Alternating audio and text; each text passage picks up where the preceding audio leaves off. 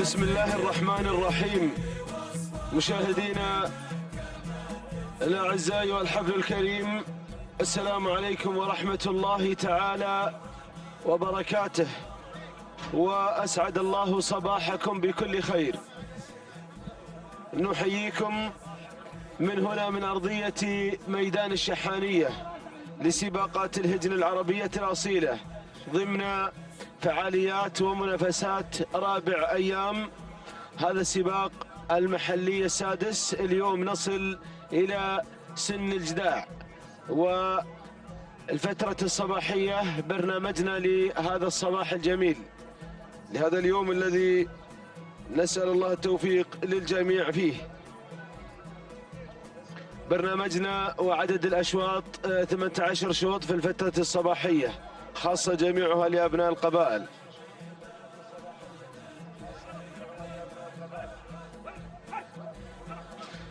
مسافات هذا اليوم هي 6 كيلومترات، واليوم هو السبت 28 من ديسمبر من عام 2019، الثاني من جمادى الأولى لعام 1441 للهجرة. يوم تاريخي لجميع الفائزين، نتمنى إن شاء الله التوفيق للجميع. الشوط الأول يستعد مشاهدينا الأعزاء للانطلاقة. أذكر السادة المشاركين بأن أشواط الإنتاج تبدأ من الشوط 15 في هذا الصباح. من الشوط 15 تبدأ أشواط الإنتاج، بينما الأشواط المفتوحة تنطلق بعد قليل. الشوط المفتوح للجداع البكار تشارك فيه 30 بكرة تقريبا، كل جاهز. ملاك الهجن مضمرينها يستعدون لانطلاقة أقوى أشواط الجداع في هذا السباق المحلي السادس. شهد هذا السباق المحلي السادس منافسات شرسة دارت رحاها ما بين الهجن المشاركة. سجلت توقيتات زمنية مميزة على الصعيدين، صعيد هجن أصحاب السمو والسعادة الشيوخ وهجن أبناء القبائل. وهكذا مشاهدينا الأعزاء أيها الحفل الكريم، ينطلق أول أشواطنا الرئيسية. هذا الشوط الأول الرئيسي الخاص بالجداع، شوط مفتوح وأيضا مشتريات وإنتاج ومفتوح. هذا الشوط أقوى أشواط الجداع اليوم، أقوى أشواط الجداع في الفترة في هذا السباق المحلي السادس. انطلق هذا الشوط على بركة الله وحفظه. بسم الله وعلى بركة الله، بسم الله نبدأ وعليه نتوكل، ومنه سبحانه وتعالى نطلب التوفيق والسداد والنجاح لنا ولجميع المشاركين. أرحب بالمشاهدين الأعزاء في هذا النقل الحي وهذا النقل المباشر لهذا السباق عبر قناة الريان الفضائية، قنوات الدوري والكاس، موقع الأبرقة لسباقات الهجن. مع ساعات الصباح الباكر ينطلق مشاهدينا الأعزاء هذا الشوط بأعداده الهائلة بأسمائه القوية الحاضرة. مقدمة الشوط ومن تحتل المركز الأول، الزيارة على المركز الأول من هجن السيلية مع المضمر حمد بن راشد بن راية يقدم زيارة على المركز الأول. ننتقل إلى المركز الثاني، وصلت الوارية لسالم بن سعيد بن مبارك بن نورة المري، يتابعها طلال في التضمير. دور المركز الثالث شعار بن دلموك أراه تتقدم زبن لعلي بن فرج بن حمد بن ناصر بن دلموك على المركز الثالث، حصل دخول على زبن وتقدم من أنقرة. يصل الأنيق ناصر بن عبد الله بن أحمد المسندي يقدم أنقرة لتنتزع وتختطف المركز الثالث وإلى الثاني. المركز الرابع وصلت أفراح جابر بن حمد بن حسين بن جرحب، تتدخل أفراح بكل قوة إلى المركز، من المركز الرابع إلى الثالث. المركز الخامس حفلة تتقدم عبد الله بن حمد بن سعيد الهاشمي على المركز الخامس، وانتقلت إلى الرابع وأرى الدخول أيضا والتسلل من قبل شتان صالح بن حمد بن صالح بوشريدة. هذه النتيجة مشاهدينا الأعزاء أيها الحفل الكريم للخمسة المراكز المتقدمة المتقدمة الأولى. شهد هذا الشوط في ندائه الأول تغييرات ما بين المراكز المتقدمة الأولى. عدا المركز الأول ما زالت زيارة صامدة في محلها، صامدة في مكانها، في موقعها الصحيح. زيارة هجن السيلية على المركز الأول على صدارة الشوط، تتقدم مع مؤسسة هجن السيلية، أحد مؤسسات أبناء القبائل القوية في الحضور القوي في الرموز وفي أشواط الجوائز العينية وفي المحافل. هجن السيلية مع المركز الأول ممثلة في الزبارة المملوكة هجن السيلية للورد عبد الله بن سعيد العيدة، شعاره الذي دائما ما يحضر في الأشواط المفتوحة. المركز الثاني تصل أفراح، مرحبا يا أفراح. أفراح تعود ملكية أفراح لجابر بن حمد بن حسين بن جرحب، ومرحبا يا ابو حسين. يتابعها احد عمالقه التضمير حمد بن حسين بن جرحب. دور المركز الثالث الانطلاق فيه من قبل زبن علي بن فرج بن دلموك. الله، هذا الشعار سوى الهوايل في يوم الحقائق في الاشواط المفتوحه في الفتره المسائيه. وديروا بالكم من هذا الشعار المميز الخطير. بدأت تتسلل زبن، يوم تاريخي، يوم تاريخي للحقائق يا ابو دلموك.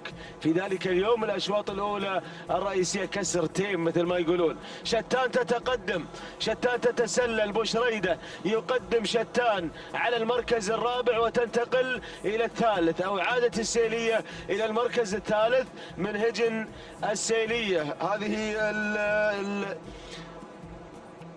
الزبارة على المركز الثالث، تتقدم الزبارة على المركز الثالث. احنا نقول زيارة واسمها زبارة يا ابو حمد. الزبارة على المركز الثالث. المركز الرابع شتان لصالح بن حمد بن صالح بوشريده.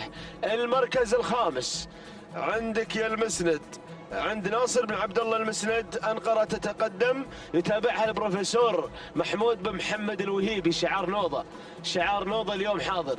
هذا الشعار الذي صال وجال في العام الماضي في أشواط السيوف احتكرها مع هذا الشعار. يلا يا محمود يا ابن محمد يا الوهيبي يا البروفيسور، نتمنى لك التوفيق إن شاء الله اليوم في هذه المهمة اللي ليست صعبة عليك.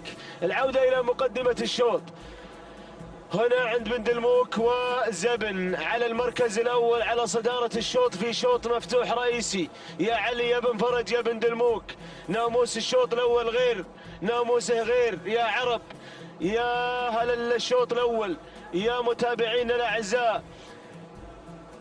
الشوط الأول يا عرب غير، حساس يا اهل الهجن، حساس، يعرف حساسيه الاشواط، يعرف اهميتها. علي بن فرج بن دلموك عندما انتزع الاشواط الاولى الرئيسيه في يوم الحقائق، ضاربا اروع الامثله بالتضمير الممتاز وبالجهوز والاستعداد الموفق. نتمنى التوفيق للجميع اليوم. افراح تتقدم، وصيفه السياره في السباق وفي المهرجان الماضي ورصيدها مليء بالانجازات، واسم افراح ايضا أطلق على العديد من الهجن التاريخية التي يمتلكها حمد بن حسين بن جرحب. وخير خلف اليوم أفراح لخير سلف إن شاء الله. يتابعها العود حمد بن حسين بن جرحب، أحد دهاة التضمير. بو حسين حاضر ومتواجد اليوم يتابع أفراح، نتمنى لها إن شاء الله التوفيق. المركز الثالث يصل شعار الأنيق، ممثلها للخور، ممثلها للشمال. الخور والذخيرة اليوم ينتظرون الناموس والسلام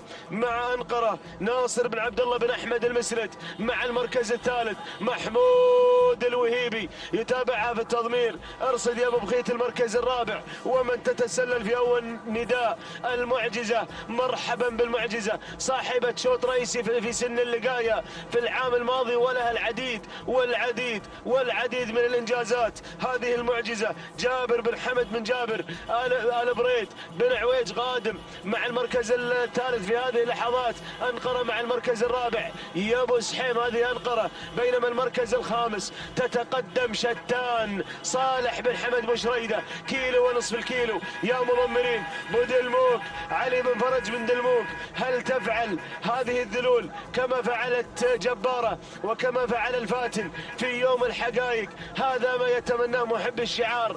هذه على المركز الأول على صدارة الشوط زبن زبن زبن يا زبن. زبن تزبن المركز الأول، تسيطر عليه، تحيط بهذا المركز، تتشبث وصلت به زبن مع المركز الأول والعصا في الإبطال، وأيضا الانطلاق تلقائي. المركز الثاني أفراح بن جرحب في الشوط المفتوح. المركز الثالث المعجزة. المركز الرابع عادت الزبارة مرة أخرى، الزبارة مع المركز الرابع في هذه اللحظات تنتقل إلى الثالث مع هجن السيلية. المركز الرابع عنقرة عند المسند، والمركز الخامس تصل ولاية لسعيد بن محمد بن شافي آل شافي أول نداء لها، وأيضا يصل الشنجل، يصل المهيب، يصل المهيب، وتصل في هذه اللحظات ديار العز سالم بن ناصر بن محمد الشنجل المضمر المهيب المالك المهيب يصل مع المركز الرابع. ولكن نعود إلى زبن وأفراح. وصلت أفراح، الله يا سلام،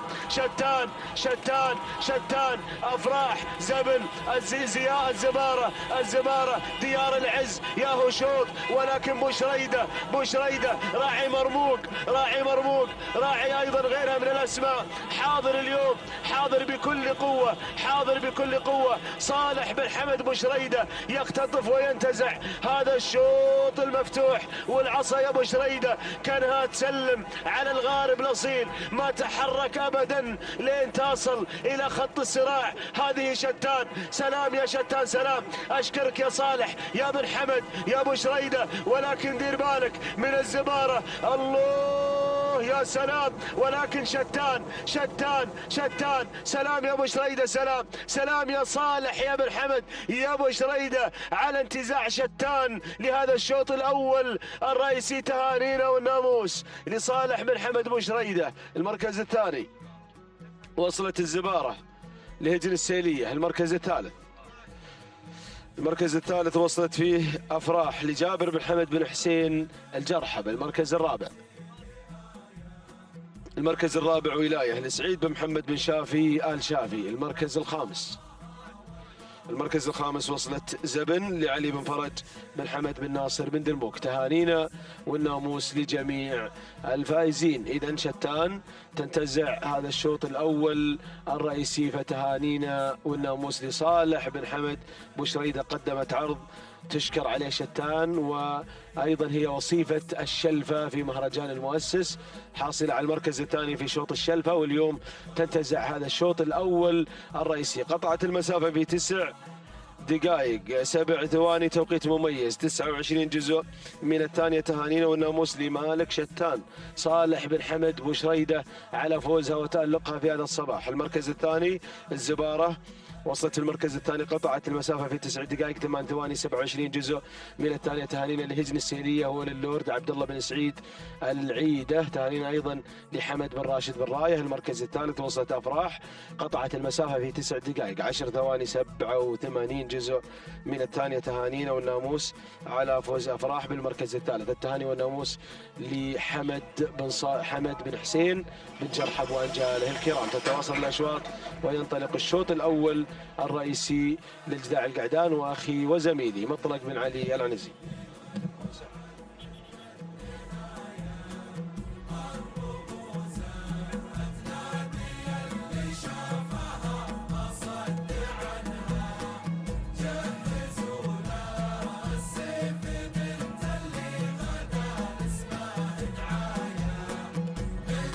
بسم الله الرحمن الرحيم. أشكر زميلي محمد بن بريك المري. أيها الإخوة المتابعون على الهواء مباشرة، أحييكم وأرحب بحضراتكم في صباح جميل، صباح يوم السبت 28 من ديسمبر 2019، حيث ننطلق اليوم في آخر سباقنا المحلي السادس، آخر أيامه طبعا، اليوم الخاص بسن الإجداع، ومن مسافة 6 كيلومترات انطلقنا وعلى بركة الله توكلنا في صباح جميل، صباح رياضي مميز. ننطلق مع هذه الأشواط الصباحية الخاصة بهجن أبناء القبائل ومسافة 6 كيلومترات. بداية نهني صاحب المركز المركز الأول في شوطنا الماضي شعار بوشريدة القادم والفائز والمنتزع ومحقق ناموس الشوط الأول مع شتان صالح بن حمد بن صالح بوشريدة المري الذي خطف أول الأشواط الصباحية في هذا اليوم مع شتان، لتبدأ في هذه اللحظات معركة أخرى من معارك الناموس والبحث عن الانتصار في أشواطنا الرئيسية الأولى. بداية المركز الأول من؟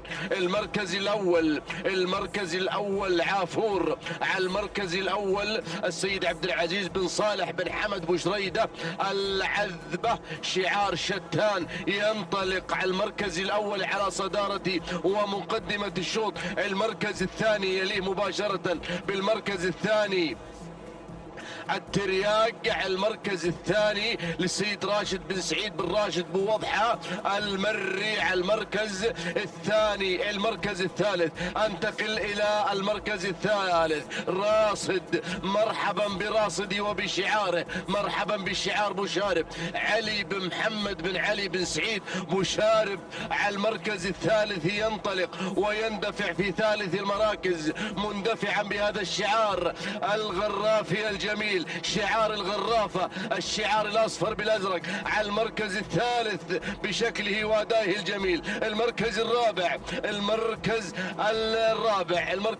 من الجانب الآخر يتقدم شعار علي بن عبد الهادي بن علي المشروم المري مع شاهين على المركز الرابع.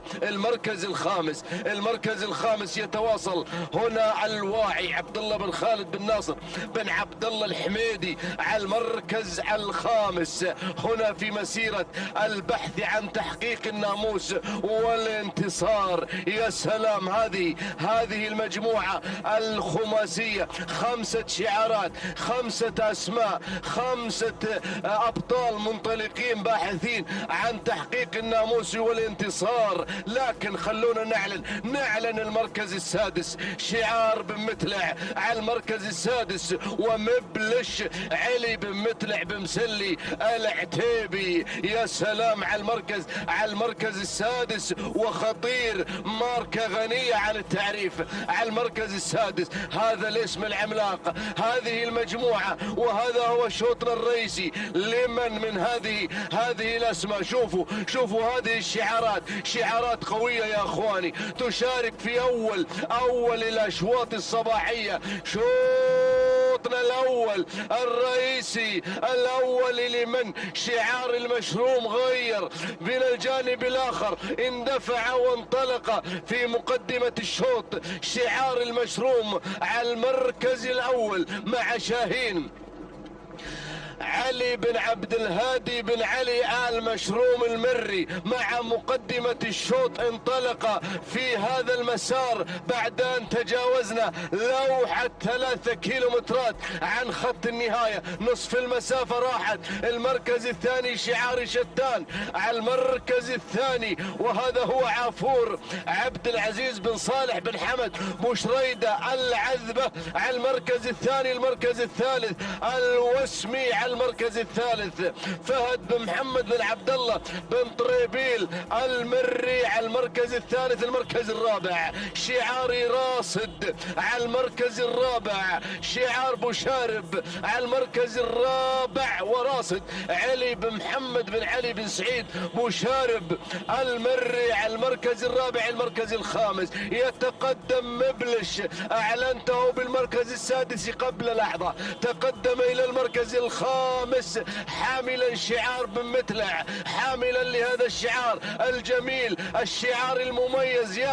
ياما وياما صال هذا الشعار في دول مجلس التعاون الخليجي. شعار بن متلع غني عن التعريف، ينطلق بقيادة علي بن متلع العتيبي. المركز السادس اللي غير الى المركز الخامس حاملا هذا الشعار المميز الفارس صالح بن مفتاح بن فرج بن عبد الله. غريب شوي هذا الشعار، جميل جدا هذا الشعار، ينطلق شعار رياني. يا سلام يا سلام، الله ولكن الشعار المميز وصل، الشعار المميز الأبيض بالدوائر العنابية. يا سلام، ينطلق إلى المركز الثالث، إلى المركز الثاني، مروح. يا سلام، مروح يا أخواني، مروح منصور بن محمد بن منصور آل سيف الخيارين على المركز الثاني. شعاره ينطلق، القيادة عند غانم بن منصور آل سيف الخيارين. هذا هو على المركز الثاني، على المركز الثاني. إلى المركز الأول نعود، إلى المركز الأول. شعار رياني جميل جدا ينطلق بالمركز الأول. الفارس، فارس على المركز الأول صالح بن مفتاح بن فرج بن عبد الله، ولكن مروح يتدخل وينطلق إلى مقدمة الشوط. شعار أيضا الشنجل قادم، وشعار الامبراطور قادم، وشعار بالعرج قادم ايضا من الجانب الاخر. ينطلق مع الصياد حمد بن صالح بن حسين بن طاهج على المركز الرابع. المركز الخامس يتاخر قليلا الشعار الرياني على المركز الخامس، ولكن الموقع وين؟ الموقع عند لوحة الاعلان، لوحة الكيلومتر الاخير. بدا الصراع، بدا النزاع، انطلق شعار الشنجل على المركز الاول. شعار الشنجل على صدارة ومقدمة الشوط على المركز الاول. يتقدم نواف علي بن ناصر بن محمد بن ناصر الشنجل، لقبه المهيب، اطلق عليه بن بريك لقب المهيب على المركز الاول. يتقدم هذا الشعار، شعار الشنجل، حقق رمزين في سباق المؤسس، قادم بقوة. هذا الشعار الخطير، هذا الموسم، موسم 2019 قادم بكل قوة إلى عالم سباقات الهجن. هذا هو على المركز الأول على صدارة مع نواف بن طاهش مع الصياد قادم بكل قوة. مروح على المركز الثالث، ولكن انحصرت المنافسة. إن لم يكن للشاعر رأي آخر في هذا الموقف. اللي بالمركز الرابع الشاعر القريصي قادم بكل قوة، ولكن الشنجل، الله، الصياد انطلق وفاز. فاز الصياد يا اخواني. حمد بن صالح بن حسين بن طاهج يحقق ناموس هذا الشوط. اللحظات الاخيرة، اللحظات الحاسمة حسمها الصياد. تهانينا والناموس لمالك الصياد على المركز الاول، محقق ناموس هذا الشوط بشعار حمد بن صالح بن حسين بن طاهج. تهانينا والناموس. المركز الثاني، المركز الثاني نواف علي بن ناصر بن محمد بن ناصر الشنجل. المركز الثالث يصل شعار الشاعر، مرحبا بشعار الشاعر، ومبلش حمد بن علي بن حمد القريصي المري داخل بكل قوة ومحتل المركز الثالث. المركز الرابع مروح علي منصور بن محمد منصور آل سيف الخيارين. تهانينا والناموس. المركز الخامس الفايز علي بن فهيد بن سعيد بن سلطان آل حنيتم. هذه نتيجة هذا الشوط، وهذا هو ناموسه. يذهب مع الصياد محقق ناموس هذا الشوط ومحتل للمركز الأول وفائزا ومنتصرا في هذا الشوط. التوقيت الزمني لحظة وصوله إلى خط النهاية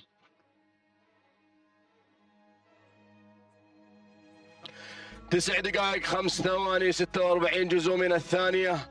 هذا هو الصياد لحمد بن صالح بن حسين بن طاهش. تهانينا والناموس. المركز الثاني وصل بالمركز الثاني نواف 9 دقائق 5 ثواني 76 جزء من الثانية بشعار الشنجل. ونواف علي بن ناصر بن محمد بن ناصر الشنجل. تهانينا والناموس. المركز الثالث يصل مبلش القريصي بالمركز الثالث، شوفوه، ب9 دقائق 7 ثواني 25 جزء من الثانية. التهنئة للشاعر حمد بن علي بن حمد القريصي المري. تهانينا والناموس للجميع.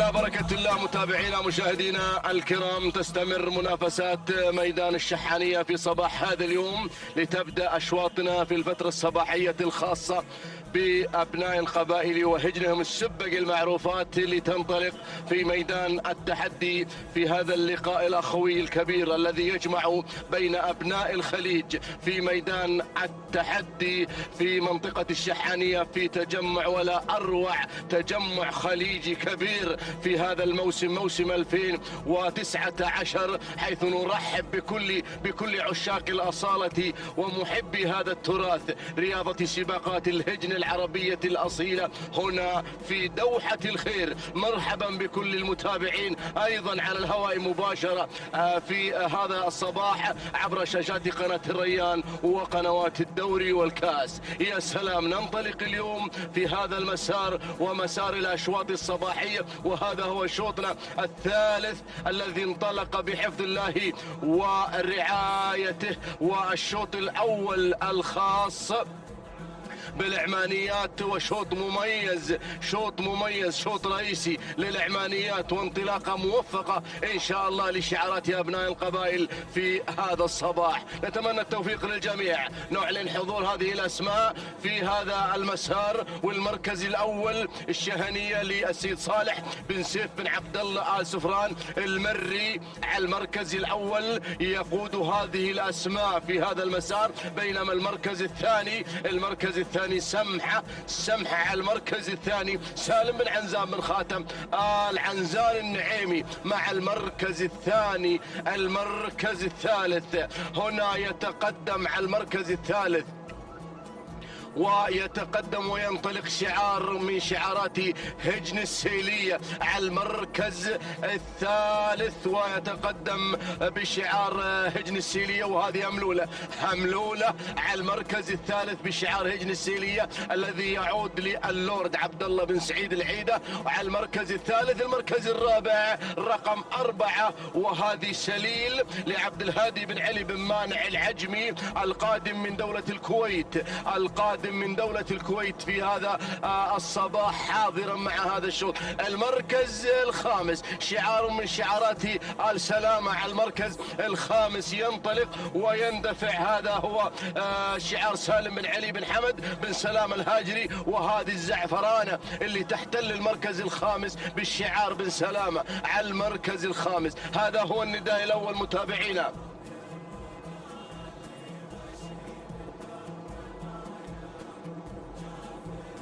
مشاهدينا الكرام، تنطلق هذه الأسماء باحثة عن تحقيق الناموس وتحقيق الانتصار في مسيرة موفقة إن شاء الله في هذا اليوم، يوم السبت 28 من ديسمبر، آخر لقاء لسن الجذاع وآخر انطلاقة لسن الجذاع هذا العام، عام 2019، إلى أن نلتقي إن شاء الله في عام 2020 في سباق الأمير الوالد مع سن الجذاع. نتمنى التوفيق للجميع. خلاص انتهى هذا العام بما حمل من ذكريات جميلة في الشحانية ولقاءات الشحانية، وإبداع أيضا هذه الشعارات وإدخال المتعة والإثارة لكل عشاق الأصالة. المراكز الخمسة الأولى لا تغيير مع هذه الأسماء. العودة إلى المركز الأول إلى الصدارة الشهنية صالح بن سيف بن عبد الله آل سفران المري مع المركز الأول. تغيير حصل من الجانب الآخر، انطلاقة أخرى أيضا من هذه الشعارات الباحثة عن الناموس في شوط رئيسي في شوط العمانيات. غير المركز الأول شعار عبد الله بن حزام بن راشد بن عبد الله بن قرح مع ملازيم على المركز الأول. المركز الثاني هنا الشهنية صالح بن سيف بن عبد الله آل سفران المري مع المركز الثاني. المركز الثالث الشعار المميز شعار اللورد عبد الله بن سعيد العيدة، الشعار السيلاوي الجميل ينطلق على المركز الثالث. على المركز الرابع سمحة للسيد سالم بن عنزان بن خاتم آل عنزان النعيمي مع المركز الرابع. المركز الخامس شعار سالم بن سلامة الهاجري، وشعار مميز ينطلق على المركز الخامس. هذا هو الشعار بن سلامة. المركز السادس هنا شعار علي بن مانع العجمي القادم من الكويت. اجتمعت الجذاع في موقع تقريبا في موقع واحد، والمركز الاول بعيد شوي عن المركز الثاني. ينطلق شعار الزعبي على المركز الاول باحثا عن تحقيق الناموس، لكن الموقف خطير يا الزعبي، الموقف خطير يا ابو حزام. الله، الكل يبحث عن موقع الصدارة، عن موقع ملازيم مستهدف يا بن حزام، موقع ملازيم مستهدف. يا سلام لوحة اثنين، كل شوي تروح 200 متر، كل شوي 200 متر الى خط النهاية. بدأنا نقترب. ضعوا الأجهزة يا اخواني، استعدوا للإقلاع. الإقلاع إلى أين؟ الإقلاع إلى خط النهاية، إلى ناموس شوط العمانيات الأول، إلى ناموس الشوط الرئيسي للعمانيات. يا سلام، بدأ الشعار السيلاوي يتسلل وينطلق، الشعار الغني عن التعريف. عنده المركز الرابع والمركز الثالث، يتقدم الشعار. يبغي لها تخطيط شوي يا حمد، يبغي لها شوفوا الشعار، المركز الرابع والمركز الخامس يتقدم شعار من شعارات سعادة محمد بن زايد الخيارين على المركز الخامس إلى المركز الرابع، قادما بكل قوة مع رسمية تقدم. والأروع التمت الجذاع، بدأ الصراع خلاص، الإقلاع حان. الله، 1200 عن خط النهاية، عن الناموس. هملولة السيلية مع المركز الأول، مع الصدارة، تقود الأسماء، تقود الشعارات على المركز الأول. المركز الثاني بديعة سالم بن عبد الرحمن بن محمد بن هلال بن محمد. والمركز الثالث من الجانب الآخر هدى محمد بن كردي بن طالب المنخس المري. والمركز الرابع اسم جديد ينضم لهذه المجموعة، شعار الزعبي. الله، يا سلام، اقلعوا ايها المضمرون، اقلعوا الى خط النهاية، استعدوا للهبوط. الله، شعار بن جبران داخل بكل قوة، لكن الشعار السيلاوي، شعار اللورد المنخس قودو. يا سلام، هدت الهدة محمد بن كردي بن طالب المنخس المري. ولكن بن جبران قادم مع ريمة واللورد يحاول الشعار السيلاوي. ولكن الناموس في شوط العمانيات مع هدة اللي هدت الى خط النهاية، هدت الى الناموس، انهدت على الناموس. محمد بن كردي بن طالب المنخس المري. جود مورنينج المنخس، صباح الناموس، صباح ولا اروع في شوط العمانيات الرئيسي تانينا. والناموس فوز الهدة بالمركز الاول. المركز الثاني ريمة للسيد عبد المحسن بن سالم بن جابر الجربوعي المري. المركز الثالث هملولة لهجن السيلية. المركز الرابع اشتعال لهجن السيلية. المركز الخامس رسمية لمبارك بن محمد بن زايد الخيارين. وهذه نتيجة هذا الشوط. تهانينا والناموس للمنخس على هذا الفوز. التوقيت الزمني 9 دقائق 13 ثانية بدون أجزاء من الثانية. تهنئة لمالكي، هده لمحمد بن كردي بن طالب بن نخس المري. تهانينا والناموس. المركز الثاني ريمة لعبد المحسن بن سالم بن جابر الجربوعي المري. شعار بن جبران 9 دقائق 16 ثانية و9 أجزاء من الثانية. تهانينا والناموس. المركز الثالث 9 دقائق و16 ثانية، 39 جزء من الثانية. تهانينا والناموس للسيلية وهجنها على فوزها من أولى بالمركز الثالث. تهانينا والناموس للجميع.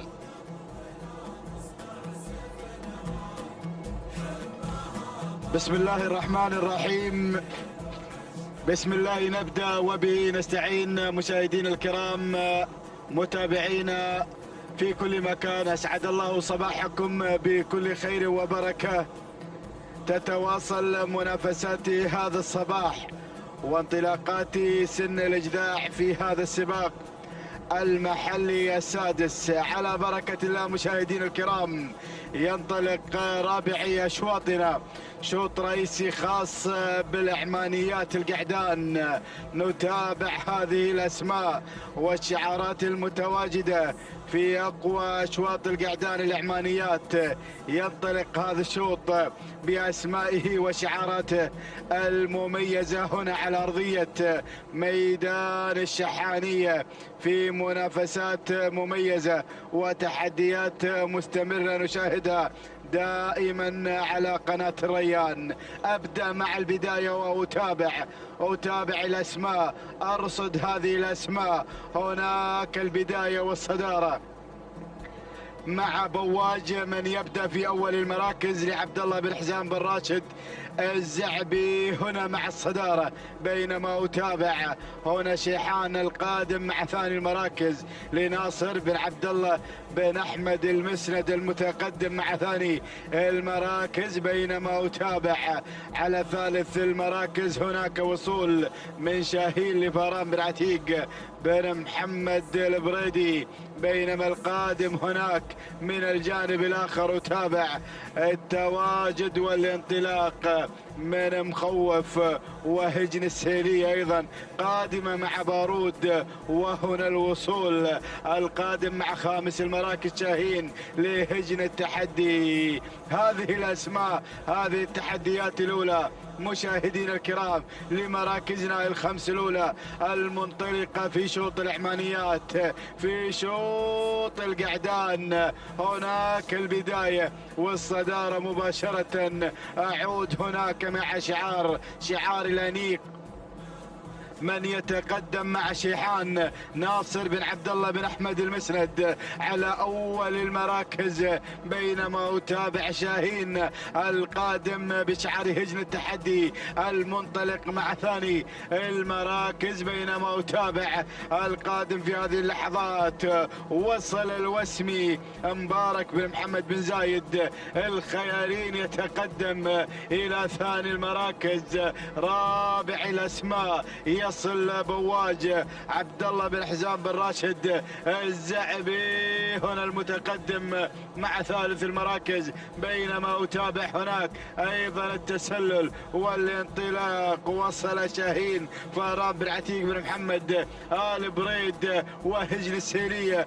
قادمة مع بارود مشاهدينا الكرام في هذا التحدي، في هذا الانطلاق. الله يا العمانيات، الله يا هذا الشوط، شوط رئيسي.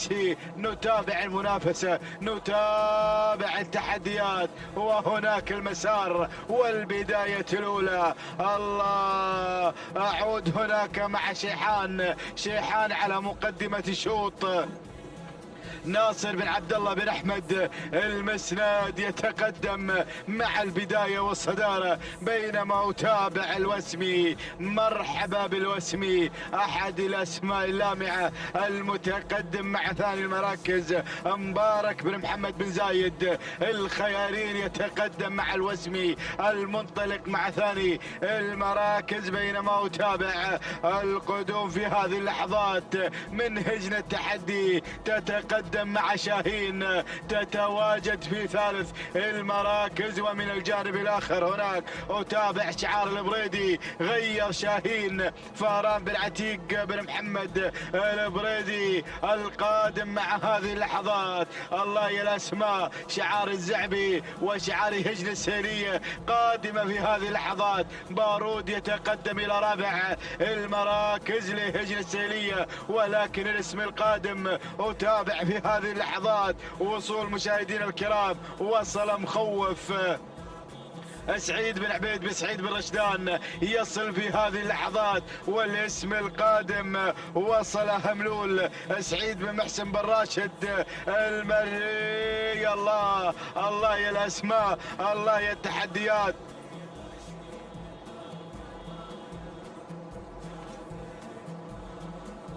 إذا مشاهدينا الكرام، أعود إلى مقدمة الشوط، أعود إلى البداية والصدارة. الله الله، شعار الأنيق هنا على مقدمة الشوط مع شيحان ناصر بن عبد الله بن أحمد المسند، ولكن أتابع الوسمي، أتابع الوسمي مبارك بن محمد بن زايد الخيارين القادم مع ثاني المراكز. وهنا وصول من بارود لهجن السيرية القادم مع هذه اللحظات مع ثالث المراكز، ولكن القادم أتابع شاهين فاران بن عتيق بن محمد البريدي. الله الله، هملول القادم مع هذه اللحظات. سعيد بن محسن بن راشد الفهيدة المري يتقدم، اسم لامع شعار بن بعيران القادم في هذه اللحظات. الله يا الاسماء، الله يا التحديات. شوط العمانيات مشاهدينا الكرام، بدأنا بالاقتراب، وشيحان هناك على الصدارة على مقدمة الشوط. ناصر بن عبد الله بن احمد المسند، ولكن شعار الخيارين قادم مع الوسمي مع ثاني المراكز. مبارك بن محمد بن زايد الخيارين. وصل بارود هجن السيرية قادمة في هذه اللحظات المتواجدة مع ثالث المراكز، ولكن بن بعيران خطير. الله الله، قادم هملول سعيد بن محسن بن راشد الفهيدة المري يتقدم مع رابع المراكز مع هذه اللحظات مع الكيلومتر الأخير. مشاهدينا الكرام، العودة إلى الصدارة، العودة إلى مقدمة الشوط. الوسمي غادر، انطلق الوسمي بناموس هذا الشوط. مبارك بن محمد بن زايد الخيارين. مشاهدينا الكرام، ينطلق الوسمي، يتواجد على البداية والصدارة الوسمي، ولكن شوف القادم. وصل بارود هجن السيلية، هجن العيدة القادمة مع هذه اللحظات. تواجد بارود مع ثاني المراكز. الله، ولكن خلاص الوسمي غادر بناموس هذا الشوط. مشاهدين الكرام، الوسمي بانتصاراته بتحدياته المميزة يتقدم، يظفر بهذا الناموس. الشوط الرئيسي شوط العمانيات مع الوسمي. تهانينا والناموس من هذه اللحظات لمبارك بن محمد بن زايد الخيارين على هذا الفوز هنا مع لحظات وصوله إلى خط النهاية. تهانينا والناموس على هذا الانتصار، تهانينا لمبارك بن محمد بن زايد الخيارين. ثاني المراكز وصل بارود لهجن السيلية، ثالث المراكز وصل هملول لسعيد بن محسن بن راشد الفهيدة المري، ورابع المراكز وصل شيحان لناصر بن عبد الله بن احمد المسند، وخامس المراكز كان الوصول مشاهدينا الكرام من العابر صالح بن علي بن محمد بن بثيب. هكذا كانت النتيجة مشاهدينا الكرام. نعود بالتوقيت الزمني ولحظة وصول الوسمي 9 دقائق 11 ثانية 84 جزء من الثانية. تهانينا والناموس لمالك الوسمي مبارك بن محمد بن زايد الخيارين على هذا الفوز والانتصار. ثاني المراكز وصل بارود لهجن السيرية في 9 دقائق 13 ثانية 29 جزء من الثانية. تهانينا والناموس لهجن السيرية. بينما وصل في ثالث المراكز هملول بشعار بن بعيران 9 دقائق 14 ثانية 4 أجزاء من الثانية. تهانينا والناموس سعيد بن محسن بن راشد الفهيدة المري. تهانينا والناموس للجميع.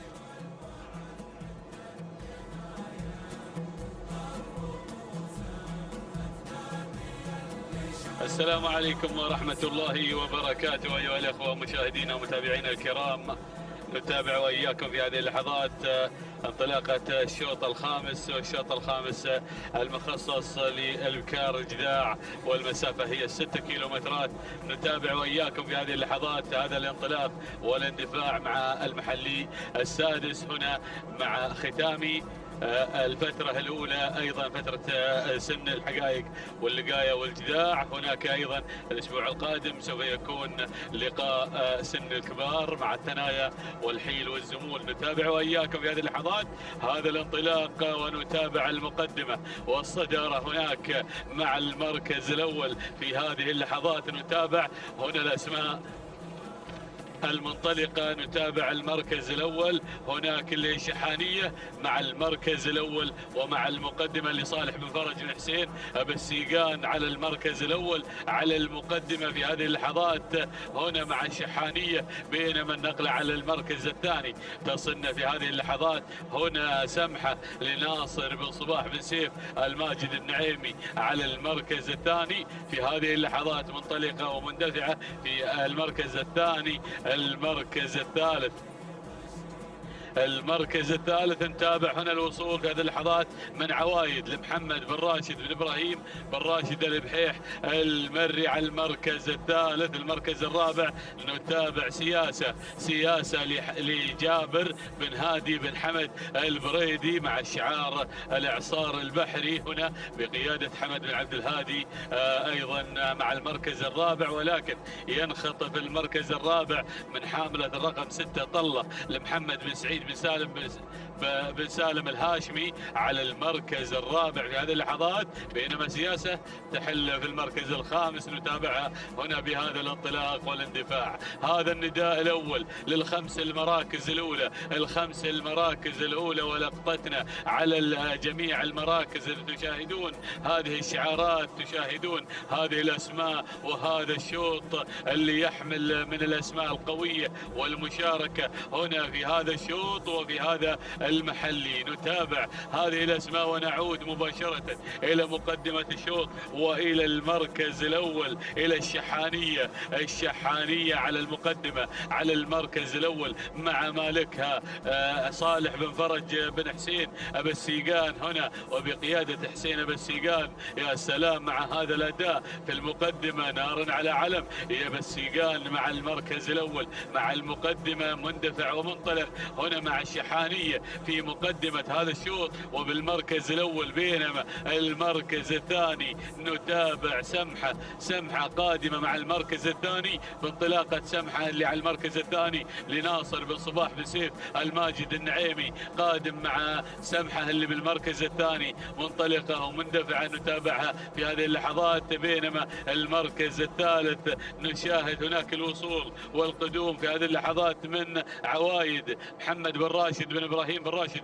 البحيح المري مع المركز الثالث. المركز الرابع نتابع في هذه اللحظات طلة لمحمد بن سالم بن سعيد الهاشمي على المركز الرابع. ضيف من السلطنة هنا في هذه اللحظات. نتابع في هذا الأداء والدخول على المركز الرابع. هنا المركز الخامس في هذه اللحظات اللي هي سياسة لجابر بن هادي بن حمد بن حسين البريدي على المركز الخامس في هذه اللحظات. وبهذا الانطلاق والاندفاع نتابع هذا الأداء. هناك أيضا من يرافقها جنبا إلى جنب محمد بن عبد الهادي بن حسين. السلام يا سلام الله على هذا التحدي والمنافسة الشيقة. ونعود مباشرة إلى الشحانية المنطلقة المندفعة مع انتصاف المسافة. يا السيقان ركز مع انطلاقتها واندفاعاتها بالمركز الأول. هنا نتابع الشحانية على المركز الأول على المقدمة مع صالح بن فرج بن حسين أبا السيقان على المركز الأول على المقدمة. بينما أرى سمحة بن صباح قادمة. يا سلام يا سلام هنا في هذه اللحظات مع انطلاقها بالمركز الثاني تنطلق سمحة لناصر بن صباح بن سيف الماجد النعيمي على المركز الثاني منطلقة ومندفعة هنا في هذه اللحظات سمحة هنا وتشكل الخطر الأكبر. السلام المركز الثالث نتابع الوصول من عوايد على المركز المركز الثالث لمحمد بن راشد بن إبراهيم بن راشد البحيح. المركز الرابع نتابع الضيفة يا سلام مع طلة محمد بن سالم بن سعيد الهاشمي قادمة بكل قوة، وديروا بالكم عليها، ديروا بالكم مع طلة. يا سلام يا سلام، بينما أرى شوفوا السيل القادم، سيل قادم من الجذاع. يا سلام المركز الخامس سياسة بن حسين. يا سلام هنا في هذه اللحظات نتابع سياسة القادمة بكل قوة، هنا تحمل الرقم 1 وتشكل الخطر الأكبر. سياسة أيضا هناك جابر بن هادي بن حمد بن حسين البريدي. يا سلام الله، يا سلام يا العصار البحري، بينما أرى تسلل من الجانب الأيمن. شعار بن جبران قادم بكل قوة في هذه اللحظات، نتابع من الجانب الأيمن هنا والوصول في هذه اللحظات من تصنع. يا سلام هنا أيضا اسم جديد ينضم إلى الجميع هنا اللي هي ربابة ناصر بن عبد الله بن أحمد المسند، أيضا قدوم آخر.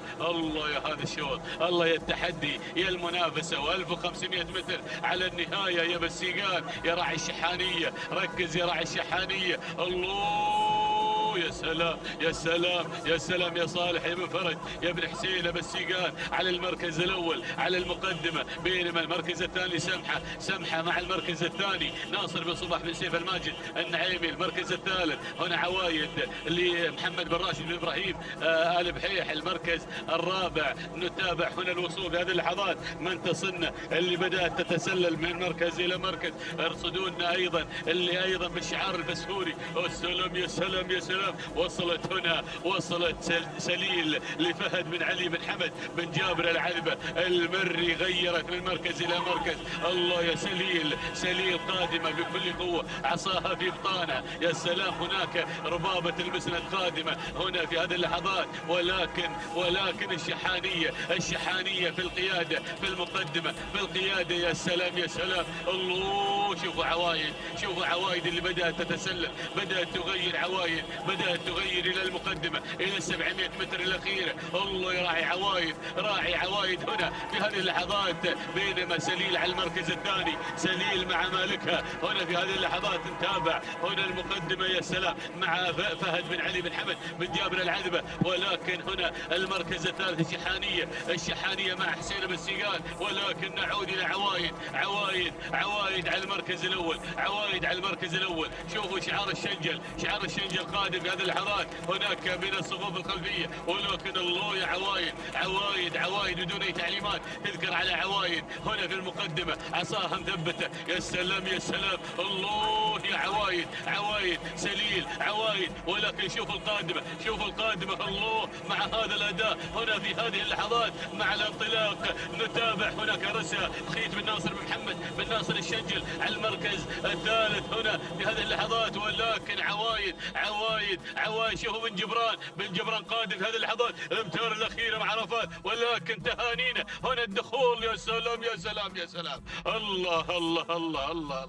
بنشوف الإعادة، ثلاث مراكز على التنافس. يا سلام يا سلام يا التحدي مع سليل. يبدو لي سليل يا جماعة، سليل اللي أيضا بكل فوز وجدارة هناك مع سليل، ومع أيضا هنا وصول عوايد. الله على هذا الشوط، شاهدنا هذا الشوط، وعدتكم هنا في هذه اللحظات هنا نتابعها ونتابع عوايد سليل وعوايد إلى خط النهاية. شوفوا ولكن الله أليها ما اشتغل يا جماعة، عصاها راقدة وامنة ومثبتة في بطانها. عوايد نتابعها 9 دقائق 12 ثانية و56 جزء من الثانية. تهانينا لمالك عوايد اللي ما قصرت، لمحمد بن راشد بن إبراهيم بن راشد البحيح المري، تهانينا له على هذا الفوز وهذا الناموس. بينما وصلت على المركز الثاني سليل اللي قدمت العرض الممتاز مع مالكها، توقيتها 9 دقائق 12 ثانية 58 جزء من الثانية. شوفوا الفارق البسيط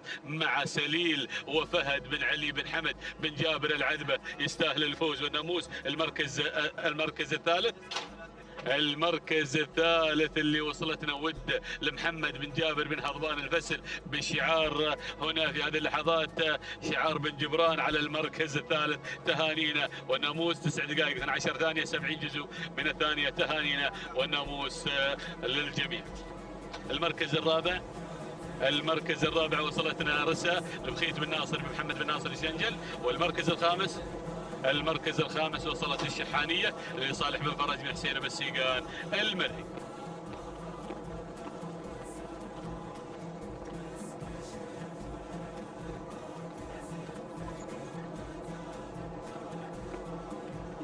مشاهدينا الكرام متابعينا في كل مكان، يتجدد اللقاء مع هذه الانطلاقات الصباحية وشوطنا السادس، شوط خاص بالقعدان الإجداع ينطلق قبل لحظات مشاهدينا الكرام في تحديات ميدان الشحانية هنا ضمن هذا السباق المحلي السادس. على بركة الله نتابع هذه الانطلاقة، نتابع المنافسات الخاصة بسن الإجذاع، سن الامتاع، ال6 كيلومترات الحاضرة في انطلاقاتنا لهذا الصباح. أبدأ مع البداية وأتابع الفايز هنا على الصدارة لهادي بن فرج بن جابر بن ذيبان المري، يتقدم مع البداية والصدارة، بينما أتابع من الجانب الآخر هناك الاسم القادم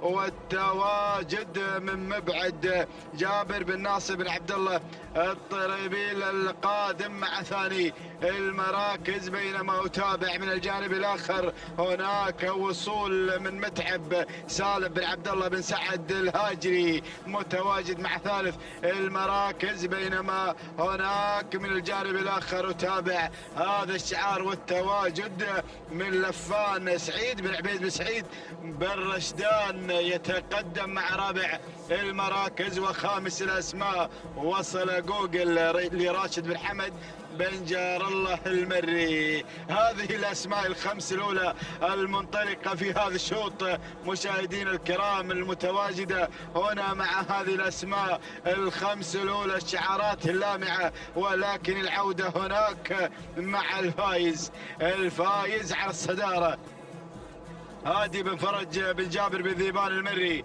يتقدم مع أول المراكز، ولكن بن رشدان هناك من الجانب الآخر يغير مع لفان سعيد بن عبيد بن سعيد بن رشدان، هناك يغير لفان ينطلق مع البداية والصدارة، بينما أتابع القادم من العمق متعب سالم بن عبد الله بن سعد الهاجري متواجد مع ثالث المراكز، بينما أتابع القادم جوجل راشد بن حمد بن جار الله المري متواجد مع رابع المراكز. شعار بن قريع أيضا متقدم في هذه اللحظات، وصول من مبعد جابر بن ناصر بن عبد الله الطريبيل القادم مع خامس المراكز في هذا النداء الثاني. والتحدي هنا مستمر مشاهدينا الكرام في أشواط، في هذه الأشواط، في هذه التحديات الصباحية. الله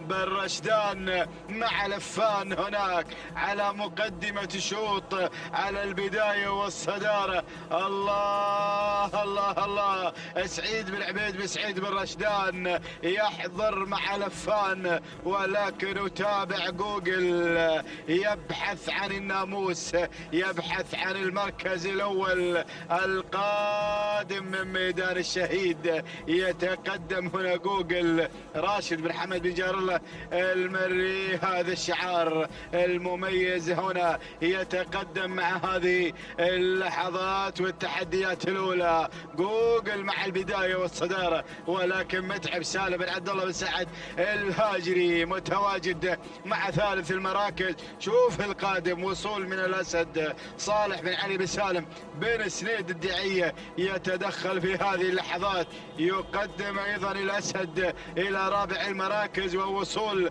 من رعد عبد العزيز بن محمد بن عويض المريخي. وصل رعد، وصل شعار المريخي القادم مع خامس المراكز مشاهدينا الكرام. الله، صدارة مميزة، صدارة ثلاثية هناك مع جوجل ولفان وانطلاقة متعب. الله الله، ثلاثية على الصدارة، ثلاثية هنا في هذا الانطلاق الأول، ولكن الله وصل شعار الدعية، غير مع الأسد هنا مع هذه اللحظات. انطلق مع البداية صالح بن علي بن سالم بن سليد، الدعية مع البداية والصدارة وانطلاق الأسد والبداية المميزة. ركزوا حافظ أيضا مع هذا التقدم، ولكن الله يعود الفايز. هادي بن فرج بن جابر بن ذيبان هنا القادم مع هذه اللحظات مع الفايز مع ثاني المراكز. وهناك متعب القادم مع ثالث المراكز سالم بن عبد الله بن سعد الهاجري. الله يا الاسماء، الله يا التحديات، ولكن جوجل هنا، جوجل ايضا متواجد. راشد بن حمد بن جار الله المري، الله يا التحديات. بن رشدان هناك من الجانب الاخر يقدم لفان سعيد بن عبيد بن رشدان. وهنا وصول من شعار المريخي، يتقدم رعد عبد العزيز بن محمد بن خميس بن عويض المريخي. الله اشتدت المنافسة وقادح قادم شعار الأنيق. وصلت الأسماء الله يا التحديات، الله يا الانطلاق الأول. ولكن أعود هناك مع البداية، عاد الفايز مع الصدارة. انطلق الفايز هادي بن فرج بن جابر بن ذيبان، يتقدم شعار الدعية هنا مع الأسد. الله 1200 ما تبقى عن ناموس هذا الشوط. وهناك أيضا أتابع متعب سالم بن عبد الله بن سعد الهاجري، ولكن هناك لفان من الجانب الآخر قادم مع رابع المراكز سعيد بن عبيد بن رشدان. الله شوف الوصول، وصل مكرم، وصل الشنجل في هذه اللحظات. وصلت الأسماء وانطلق أيضا المدعي يصل طالب بن سعود بن ناصر العجمي. وصل شعار الفهادي القادم مع اللحظات الأخيرة. الله المدعي هنا يغير على الصدارة شعار ابو حمد هنا مع البداية شعار الفهادي. ولكن الله شعار المهيب القادم مع مكرم. الله يا الشنجل قادم شعار الفهادي. الله ثنائية على الصدارة، ولكن المدعي طالب بن سعود بن ناصر العجمي مع البداية والصدارة. شعار الفهادي يريد الناموس، يريد أن يذهب بالناموس هناك إلى ميدان الشهيد. الله على هذا الأداء، الله على هذا الأداء والانطلاق هنا مع هذا الأداء المميز. صاحب عوايد، صاحب انتصارات، أيضا صاحب كأس الخليج في ميدان الشهيد. شعار الفهادي مشكور يا فلاح، مشكور يا فلاح على أيضا هذه المتابعة، والناموس لك يا طالب على هذا الانتصار. تهانينا والناموس لمالك المدعي طالب بن سعود بن ناصر العجمي على هذا الفوز والانتصار. ثاني المراكز مكرم سالم بن ناصر بن محمد الشنجل، وثالث المراكز وصل مشاهدينا الكرام مرحب لمحسن بن عبيد بن راشد الفهيد المري. ورابع المراكز وصل قادح ناصر بن عبد الله المسند. وخامسا كان الوصول مشاهدينا الكرام من الفائز هادي بن فرج بن جابر بن ذيبان المري. هكذا كانت النتيجة مشاهدينا متابعينا الكرام. تابعنا أيضا هذا الشوط، تابعنا مشاهدينا الكرام شعار الفهادي من حضر مع المدعي طالب بن سعود بن ناصر العجمي. والتوقيت الزمني 9 دقائق 9 ثواني جزئين من الثانية. تهانينا والناموس لطالب بن سعود بن ناصر العجمي، والسلامات تذهب هناك إلى ميدان الشهيد. بينما وصل في ثاني المراكز مكرم ب9 دقائق 10 ثواني 99 جزء من الثانيات. أيضا توقيت مكرم لسالم بن ناصر بن محمد الشنجل. بينما وصل في ثالث المراكز وصل مشاهدينا الكرام مرحب ب9 دقائق 12 ثانية 91 جزء من الثانية لمحسن بن عبيد بن راشد المري. تهانينا والناموس للجميع.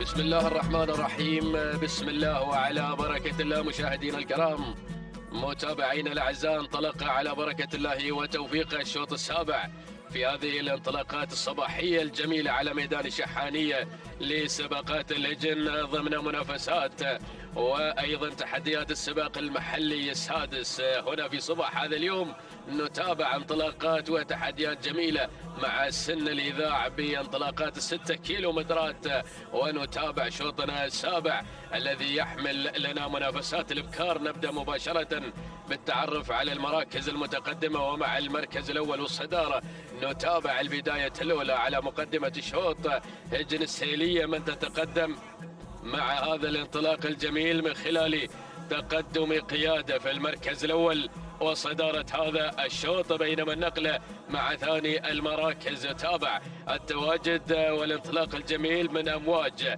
اللي خذت المركز الثاني سالم بن حمد بن سالم النابت المري، من يقدم شعاره، ومع أمواج يتقدم في هذا الشوط، ولكن شعار الشنجل بدأ يسير مع التحديات الجميلة من خلال تواجد وانطلاقته وتحديات عزوة اللي واصل في هذا التحدي الجميل. محمد بن ناصر الشنجل من يقدم شعاره وتحدياته، غيرت إلى المركز الثاني. نتابع المركز الرابع في هذه اللحظات، وصول وتقدم وانطلاق جميل من شعار بن عنزان على المركز الرابع في هذه اللحظات. نتابع مشاهدينا متابعينا الكرام على رابع المراكز التقدم من خلال تواجد وزن حمد بن عنزان بن محمد النعيمي، من يقدم وزن على المركز الرابع في هذه اللحظات. وفي المركز الخامس أتابع الاسم القادم والمنطلق في هذه اللحظات مع مساراتنا الصباحية الجميلة. نتابع هذا المسار الجميل مع انطلاقات سن الإذاعة. في المركز الخامس أجد التقدم من التلة الواصلة لفرج بن حمد بن علي البريص المري، من يقدم التلة على المركز الخامس. هذه الخمس المراكز المتقدمة في هذا الشوط في أول إذاعة، مع تحدياتنا الأولى مع أول الأمتار 6 كيلومترات الحاضرة مع السن الإبداعي والإمتاع مع سن الإذاع. منافسات على ميدان شحانية لسباقات الهجن في هذا الصباح. نعود مباشرة إلى المقدمة، إلى الصدارة، إلى البداية الأولى مع المركز الأول والصدارة. شعار الشنجل اللي اقتحم الصدارة مبكرا مع عزوة على المركز الأول والصدارة. نتابعها من خلال هذا التقدم الجميل. محمد بن ناصر الشنجل من يقدم شعاره وعزوة على المركز الأول والصدارة، بينما النقلة على المركز الثاني. في ثاني المراكز نتابع هجن السيلية المتقدمة في هذا الشوط، من تصل في تحدي جميل وفي منافسة مع هذا الشعار، ولكن نتابع التقدم من التلة الواصلة هنا في هذا التحدي الجميل. بدأت هنا مع المنافسات الكبيرة، بدأت مع التحدي مبكرا لفرج بن حمد بن علي البريص المري، من يقدم التلة في المركز الثاني. ومن هناك هجن السيلية متواجدة في هذا الشوط.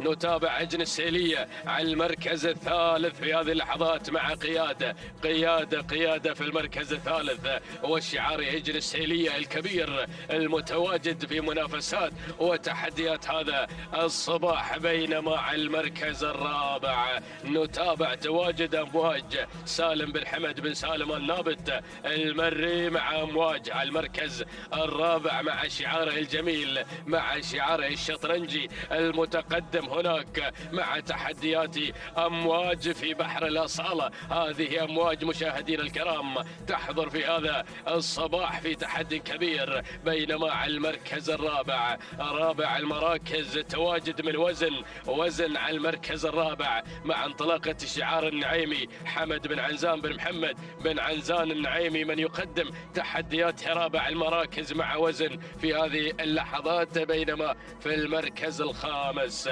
ناخذ المركز الخامس. نتابع التقدم في هذه اللحظات، الوصول من وزن أو هذه هملولة القادمة في تحديات هذا الشوط. خالد بن سعيد بن محمد الفهيدة يقدم شعاره مع هملولة في تحديات هذا الشوط. هذه نتيجتنا، ولكن عودة إلى المقدمة والصدارة. نعود إلى شعار الشنجل مع البداية، مع المقدمة الأولى عزوة الشنجل مع هذا الشعار ومع تحديات شعار الشنجل. ما شاء الله تبارك الرحمن، مسارات والأروع على ميدان الشحانية في هذا الصباح مع تحديات سن الإذاعة. هنا نتابع البداية الأولى، مقدمة الشوط محمد بن ناصر الشنجل مع عزوة لازال في القيادة وفي الريادة، بينما على المركز الثاني تواجد من التلة من تقتفي أيضا ناثاري وأيضا وتحديات عزوة. هذه التلة في المركز الثاني فرج بن حمد بن علي البريص المري من يتابع أيضا انطلاقة هذا الشوط مع تحديات التلة في المركز الثالث اللي بدأت تقترب. مشاهدين الكرام نتابع التحركات من وزن، يا سلام يا أمواج على المركز الثالث مع انطلاقة هذا الشوط. بدأت تقترب مشاهدين الأعزاء من الثنائي الجميل، هذه أمواج بشعار سالم بن حمد بن سالم النابت المري من يتقدم مع أمواج على المركز الثالث، وهجن السيلية من تراجعت في رابع المراكز من خلال تقدم وانطلاقة وتحديات قيادة. وفي المركز الخامس يا سلام يا هملولة، وصلتكم هملولة، بدأت تقترب في هذه اللحظات بشعار خالد بن سعيد بن محمد الفهيد المري قادم بقوة، يبغى الناموس، يبغى الانتصار. ما شاء الله يا هملولة، وأداء هملولة وتحدياتها في مسار الشوط. لكن تابع، عطنا لقطة يا مخرجنا يا بن خزينة، شوف الكادر السفلي، شوف هذا السيل الجارف الواصل في هذه اللحظات مع الأمتار الذهبية. يا سلام يا هو شوط، يا هو تحدي، يا هي إثارة على أرضية الميدان. ما شاء الله تبارك الرحمن. وين الموقع؟ على مشارف بوابة الكيلومتر الأخير، لوحة الإعلان الأخيرة، الكيلو متر المثير يا الشنجل. لا زالت القيادة هناك مع الشنجل، ولكن تابع الأداء الجميل من أمواج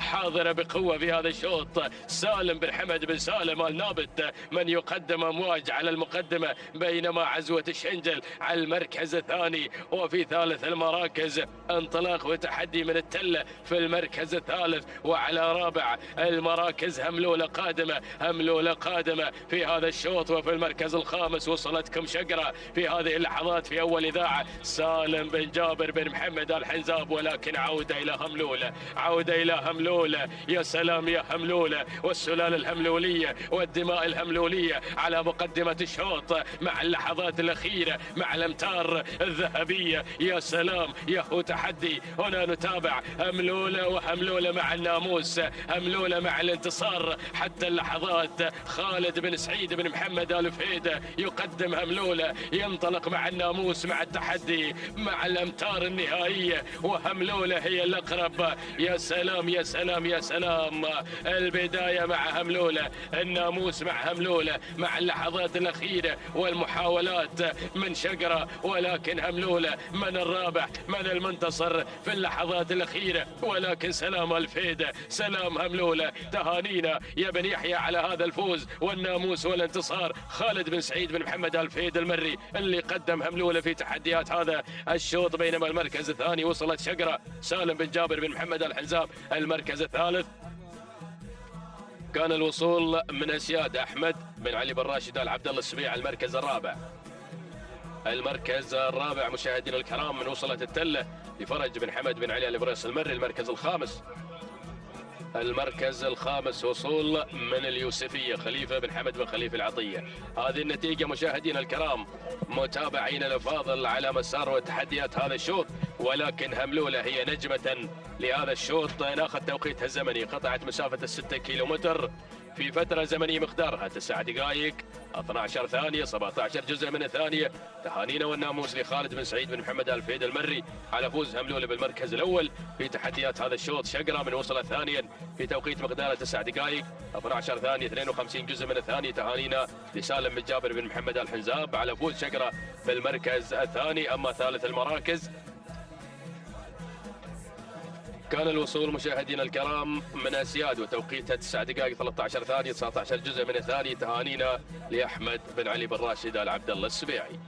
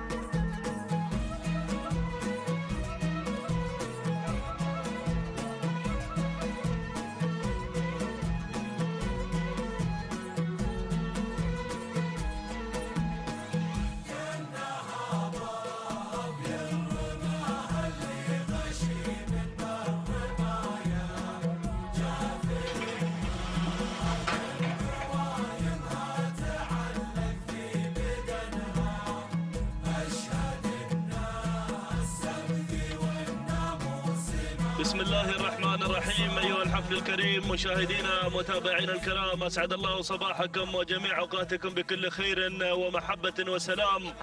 نحييكم من هنا من أرضية ميدان الشحانية، ميدان التحدي لسباقات الهجن العربية الأصيلة، وفي انطلاقات السباق المحلي السادس الذي أيضا خاص بانطلاقات سن الإذاع في هذا اليوم، سن الإبداع والإمتاع. والستة كيلومترات هي المسافة الحاضرة والمحددة مسار هذه الانطلاقات الصباحية المميزة. نسير مع الشوط الثامن الخاص بالقعدان الإذاعة الذي يحمل لنا هذه الأسماء والشعارات المميزة الحاضرة والمنطلقة في هذا المسار المميز. هنا أعداد وأيضا تشارك في هذا الشوط باحثة عن تسجيل نقطة صباحية مميزة هنا في أرضية ميدان الشحانية، ميدان التحدي لسباقات الهجن العربية الأصيلة. نسير مع هذه الأسماء مباشرة مع المركز الأول. أول الأسماء الحاضرة والمنطلقة هناك مع البداية يتقدم هنا رعد بشعار محمد بن محسن بن جابر الغيثاني المري، من يقدم لنا شعاره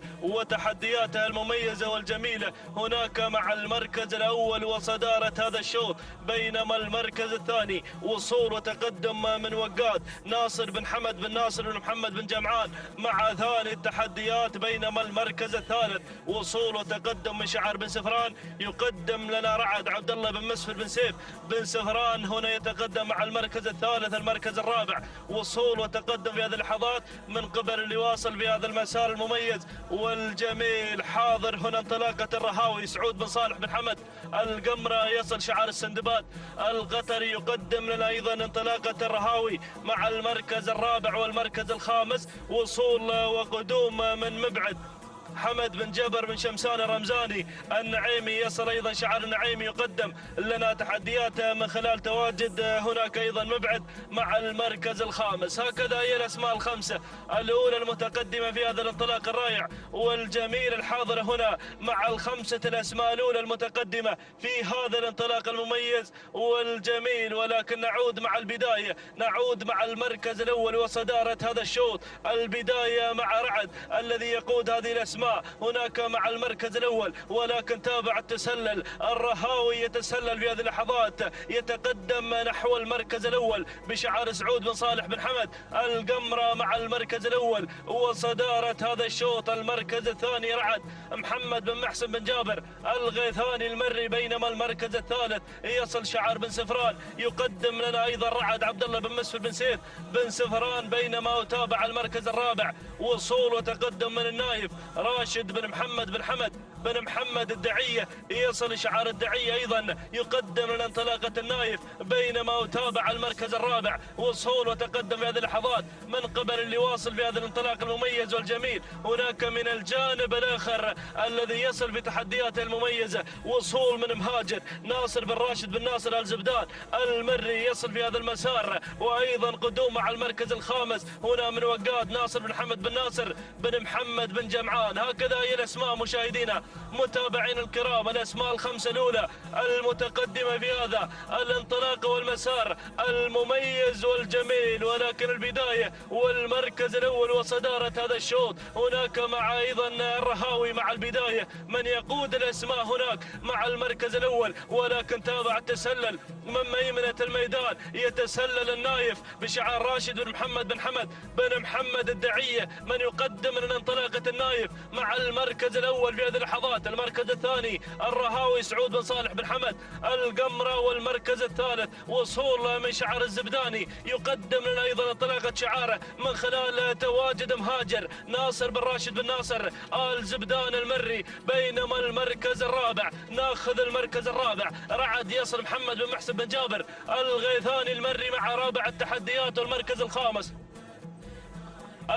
الخامس وصول وتقدم من رعد عبد الله بن مسفر بن سيف بن سفران من يصل مع المركز الخامس. هكذا هي الاسماء الاولى المتقدمه مشاهدينا متابعين الكرام، الاسماء الحاضره هنا مع الخمسه الاسماء الاولى المصرح لها بالنداء والاذاعه في هذا الانطلاق المميز والجميل والرائع. ولكن عوده مع النايف مع المركز الاول راشد بن محمد بن حمد بن محمد الدعيه من يقدم لنا النايف بانطلاقة مميزة والجميلة ليكون قائدا لهذا الشوط في هذا الانطلاق المميز والجميل. هناك مع البداية مع المركز الأول الحاضر بشعاره المميز والجميل، هناك مع البداية المركز الثاني وصول وتقدم من الرهاوي سعود بن صالح بن حمد القمرة مع المركز الثاني. المركز الثالث وصول أيضا هنا من مهاجر ناصر بن راشد بن ناصر آل زبدان المري. والمركز الرابع يتقدم مع المركز الرابع رعد محمد بن محسن بن جابر الغيثاني المري. بينما المركز الخامس وصول في هذه اللحظات من قبل الإحصان خليفة بن حسن بن ناصر الجفال النعيمي يصل بتحدياته المميزة والجميلة في هذا المسار. إذا مشاهدينا الكرام نعود مع المركز الأول، نعود مع الصدارة في هذا الانطلاق المميز والجميل والرائع. شعار الدعية يقدم لنا النايف في الموقع النايف هناك مع المركز الأول وصدارة هذا الشوط. يا سلام يا سلام، تابع هذا الأداء المميز والجميل والرائع. بينما المركز الثاني الرهاوي سعود بن صالح بن حمد القمرة شعار السندباد القطري يقدم لنا الرهاوي بتحدياته المميزة مع المركز الثاني. المركز الثالث وصول من مهاجر ناصر بن راشد بن ناصر آل زبدان المري. بينما المركز الرابع يا سلام دعناه في المركز الخامس يتقدم هنا أيضا في المركز الرابع وعينا على صدارة هذا الشوط. هنا الذي يتقدم شاهين راشد بن محمد بن حمد بن راشد بن حمد بن محمد بن قعيس المري يصل في هذا الانطلاق المميز والجميل والرائع. بينما المركز الخامس اللي واصل في هذا المسار، شوف اللي قادم في هذا الانطلاق المميز وصل مشهور محمد بن علي بن سعيد آل حسن الفهيدة يصل أيضا بشعاره المميز والجميل مع المركز الرابع أو الخامس في هذا المسار. وأيضا وصول من شعار المغامر يقدم لنا انطلاقة شاهين سعيد بن بطي الزعبي يصل في هذا المسار. لكن عودة مع البداية، عودة مع المركز الأول مع صدارة هذا الشوط. القيادة عند من؟ عند الرهاوي، غير وانتقل انتقاله مباشرة نحو صدارة هذا الشوط سعود بن صالح بن حمد القمرة.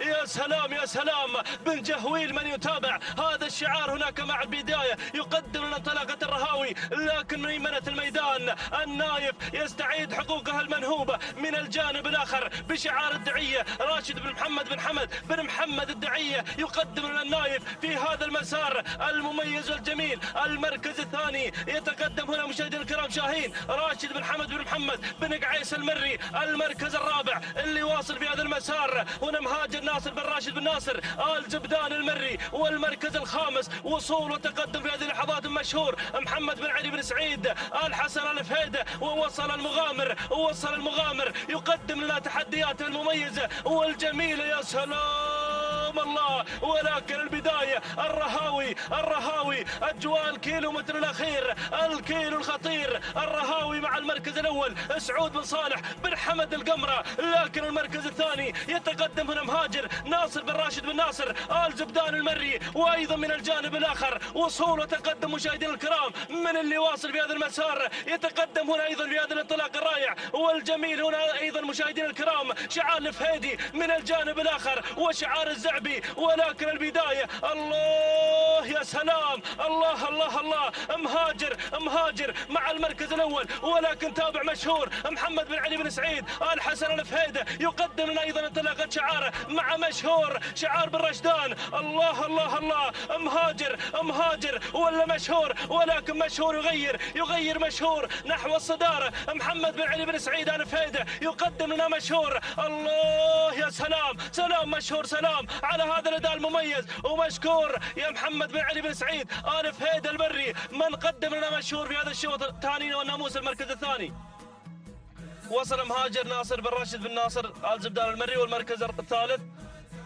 المركز الثالث كان الوصول من شاهين سعيد بن بط الزعبي. المركز الرابع الرهاوي سعود بن صالح بن حمد القمر. المركز الخامس كان الوصول من الزير علي بن ناصر بن محمد بن ناصر الشنجل. هكذا مشاهدينا الكرام متابعينا الافاضل تابعنا هذا الشوط. ولكن حضر مشهور بحضور الكبار وقدم لنا هذا العرض المميز والجميل. 9 دقائق 14 ثانية 57 جزء من الثاني. تهاني والناموس الفهيد بن حمد بن رشدان ايضا من قدم لنا هذا الاسم. بينما المركز الثاني مشاهدينا الكرام وصل مهاجر توقيت الزمن 9 دقائق 15 ثانية 15 جزء من الثاني. تهاني والناموس الناصر بن راشد بن ناصر آل زبدان المري. المركز الثالث وصل مع المركز الثالث ايضا في هذا الانطلاق شاهين 9 دقائق 15 ثانية 95 جزء من الثاني. تهاني والناموس المغامر سعيد بن بطي بن محمد الزعبي. السلام عليكم ورحمة الله وبركاته أيها الأخوة مشاهدينا ومتابعينا الكرام. انطلق الشوط التاسع. نتابع وإياكم في هذه اللحظات الشوط التاسع المخصص للبكار الجداع والمسافة 6 كيلومترات. نتابع في المقدمة والصدارة هناك المركز الأول ومع المقدمة نتابع متعبة على المركز الأول. في هذه اللحظات نتابعها مع مالكها صالح بن سعد بن سالم آل سعد النابت هنا في مقدمة هذا الشوط. وبالمركز الأول مع متعبة في المقدمة. بينما النقلة على المركز الثاني. والمركز الثاني نرى شعار بن جيف ونرى أيضا هنا وصول من القادمة اللي هي أيضا الذيبة ناصر بن نهار بن ناصر بن ماجد النعيمي على المركز الثاني في هذه اللحظات مع الذيبة اللي وصلت على المركز الثاني. المركز الثالث نتابع هنا في هذه اللحظات الوصول من تحذير سعد بن سعيد. هنا تحذير لسعد بن سعيد بن سعد الرفادة على المركز الثالث. منطلقة هنا في هذه اللحظات المركز الرابع هناك القدوم في هذه اللحظات من الحرشة لبخيت بن ناصر بن محمد بن ناصر الشنجة القادمة. هنا الحرشة مع المركز الرابع. المركز الخامس في هذه اللحظات هنا الوصول من هقاوي سلطان بن شافي بن حمود العجمي مع المركز الخامس. هذه النتيجة للخمس المراكز الأولى. نتابع وإياكم في هذه اللحظات هذا الانطلاق والاندفاع مع الخمس المراكز الأولى. ونعود إلى اللي غيرت اللي انتقلت نقلة ممتازة. يا سلام يا الذيبة على المقدمة بشعار ناصر بن نهار بن ناصر بن ماجد النعيمي. غيرت إلى المقدمة وانطلقت بكل ثقة وكل أداء وتميز بشكل ما شاء الله تبارك الله على هذا الأداء هنا في مقدمة الشوط بهذا الشعار، بشعار مالكها ناصر بن نهار بن ناصر بن ماجد النعيمي على المقدمة والمركز الأول. هنا نتابع في هذه اللحظات بانطلاقتها الجميلة، بينما المركز الثاني متعبة على المركز الثاني لصالح بن سعد بن سالم بن سعد النابت على المركز الثاني في هذه اللحظات، بينما المركز الثالث نتابع في هذه اللحظات المركز الثالث من تصلنا في هذه اللحظات اللي هي هنا ايضا تحذير لسعد بن سعيد بن سعد الرفادة على المركز الثالث في هذه اللحظات. المركز الرابع شعار المهيب يا ابو ناصر، يا سلام يا سلام، هنا بانطلاقة هذا الشعار شعار المهيب مع الحرشة البخيت بن ناصر محمد بن ناصر الشنجل على المركز الرابع. المركز الخامس شوفوا شعار بن فهد هنا يصل في هذه اللحظات يغير الى المركز الخامس منطلق ومندفع. نتابع في هذه اللحظات هنا مع الانطلاق اللي واصله سرابه خالد بن سالم بن فهد بن سالم الهاجري مع المركز الخامس، بينما أرى شعار بن نوره ايضا قادم وشعارات اخرى ايضا خلف الخمس المراكز الاولى. ونعود الى المقدمه الى الصداره. شوفوا متعبه اللي عادت واستعادت حقوقها المنهوبه. يا سلام، استعادت الصداره بشعار بن سعد. يا سلام في المقدمة، وأيضا لصالح بن سالم بن سعد النابت على المركز الأول مع متعبة اللي في المقدمة، بينما الذيبة على المركز الثاني. الذيبة هنا لناصر بن نهار بن ناصر بن ماجد النعيمي على المركز الثاني في هذه اللحظات منطلقة مع المركز الثاني. المركز الثالث شوفوا بن فاهد قادم هنا في هذه اللحظات مع سرابة خالد بن سالم بن فاهد الهاجري على المركز الرابع في هذه اللحظة والثالث.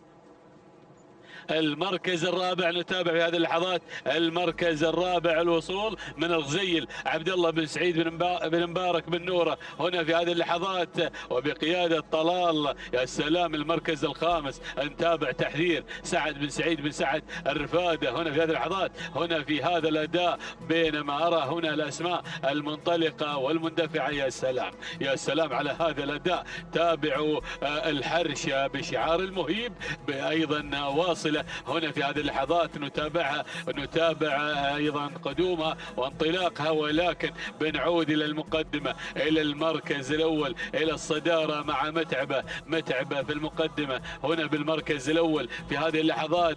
نتابع انطلاقتها بالمقدمه والصداره في المركز الاول. متعبه لصالح بن سعد بن سالم سعد النابت على المركز الاول على المقدمه. نتابع اندفاعاتها بالمركز الاول في هذه اللحظات منطلقه ايضا، بينما المركز الثاني الذيبه لنهار بن ناصر بن نهار بن ناصر بن ماجد النعيمي على المركز الثاني منطلقه ومندفعه، بينما المركز الثالث سرابه لخالد بن سالم بن فهد الملامقه الهاجري على المركز الثالث. المركز الرابع نتابع هناك الغزيل لعبد الله بن سعيد بن مبارك بن نوره المري على المركز الرابع. المركز الخامس شوفوا اللي قادمه في هذه اللحظات بدات تتسلل بدورها التماس علي بن بخيت بن عويضه بن هلال العذبه مع التماس على المركز الخامس، بينما ارى تحذير لسعد بن سعيد الرفاده قادمه ايضا هنا في هذه اللحظات. ولكن نعود الى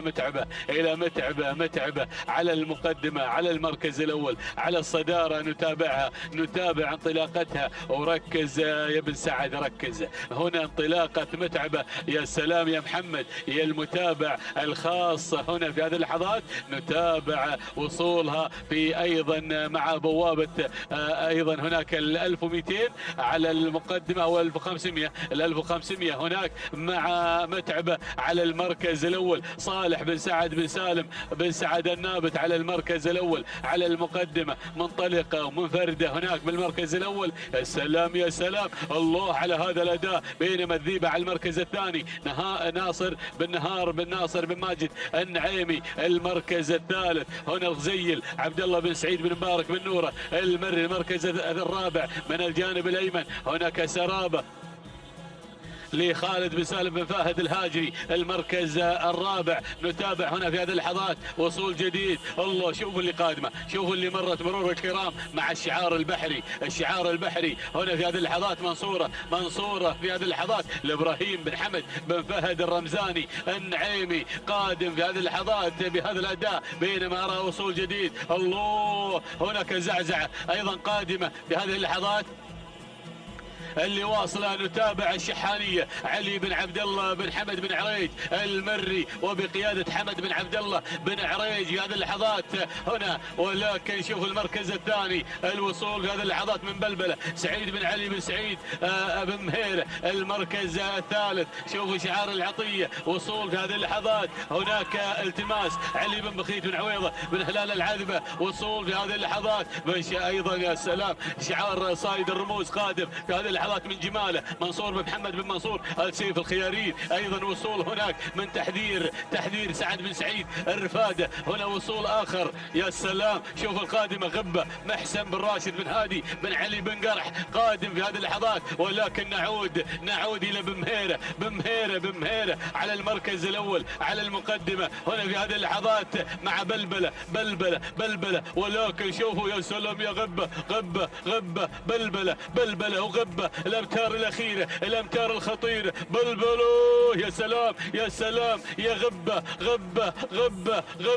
يا سلام يا غبه على هذا الاداء هنا، ولكن بلبله غبه. الامتار الاخيره سلام يا راعي غبه. سلام لمحسن بن راشد بن هادي بن قرح. تهانينا على هذا الفوز وساعه الوصول الى خط النهايه معلنه الفوز والناموس. المركز الثاني هناك بلبله لسعيد بن علي بن سعيد بن مهيره. المركز الثالث بالجماله لمنصور بن محمد بن منصور السيف الخيارين. المركز الرابع كيف لمحمد بن سعيد بن محمد المطوع الخيارين. المركز الخامس تحذير سعد بن سعيد بن سعد الرفاده. شاهدنا هذا الشوط، شاهدنا اللي مرت مرور الكرام. يا سلام على هذا الاداء والتميز مع غبه اللي انتزعت الفوز والناموس. تهانينا والناموس هنا في هذه اللحظات 9 دقائق 16 ثانيه و61 جزء من الثانيه. تهانينا لمحسن بن راشد بن هادي بن علي بن قرح على هذا الفوز، بينما وصلت على المركز الثاني بلبله توقيتها 9 دقائق 17 ثانيه و35 جزء من الثانيه. تهانينا سعيد بن علي بن سعيد بن محمد الجربوعي. المركز الثالث وصلت هناك اللي هي جماله ايضا توقيتها 9 دقائق 18 ثانيه 3 اجزاء من الثانيه. تهانينا لمنصور بن محمد بن منصور السيف الخياري.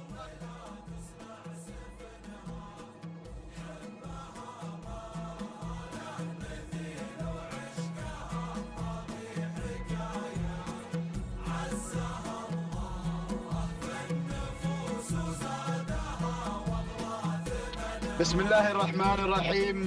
مشاهدينا الكرام متابعينا الافاضل، نجدد لكم التحيه والترحيب في هذه الانطلاقه وانطلاقه شوطنا العاشر. ينطلق عاشر الاشواط، شوط خاص بالقعدان الجذاع. نتابع هذه الاسماء المتواجده والمنطلقه في تحديات هذا الصباح هنا على أرضية ميدان الشحانية في منافسات مميزة وقوية. نتابع انطلاقة هذا الشوط وهذه الأسماء المتواجدة والأعداد. هناك 46 اسم مشارك معنا في هذا الشوط. نبدأ بالبداية، نبدأ بالصدارة هناك، وأول المراكز قمران أحمد بن حسن بن ناصر المهندي هنا مع البداية والصدارة. ينطلق أيضا باندفاع ممتاز هنا على أول المراكز، بينما أتابع ثاني الأسماء وصول في هذه اللحظات من الخلاوي بجاش بن عميران بن عايض الفهيدة. يتقدم الخلاوي مع ثاني المراكز، وهناك أيضا التقدم من مفوض لهجن السيلية يتواجد مع ثالث المراكز ورابع الأسماء. أتابع غشام صالح بن محمد بن طالب بن عقيل القادم مع رابع المراكز وخامس الأسماء.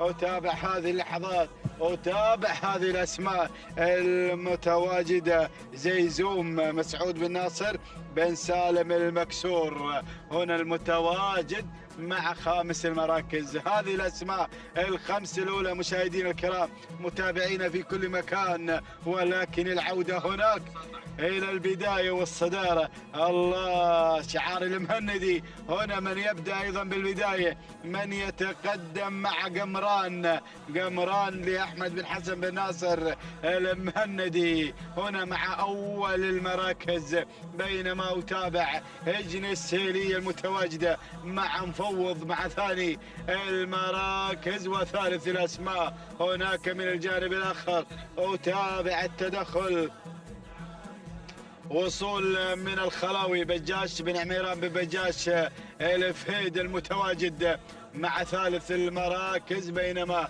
رابع الأسماء هنا غشام صالح بن محمد بن طالب بن عقيل متواجد مع رابع الأسماء. وخامس المراكز هناك أيضا 4 مراكز انعزلا عن بقية المراكز، ولكن الشعارات متواجدة. هناك القادم عفرين سالم بن راشد بن سعد الهايل المري متواجد، ولكن أيضا زيزوم بدوره يغير إلى خامس المراكز. مسعود بن ناصر بن سالم بن فهيد المكسور متواجد مع خامس المراكز. مشاهدين الكرام، الله، التحديات المستمرة والانطلاقات المميزة مشاهدين الكرام، ولكن أعود مع الثلاثية هناك، ثلاثية البداية، ثلاثية الانطلاق. الله، قمران يا المهندي هناك مع أول المراكز. أحمد بن حسن بن ناصر الشقيري المهندي يتقدم مشاهدين الكرام، ولكن الله، هجن السيلية متواجدة غيرت على الصدارة من خلال مفوض على البداية، ولكن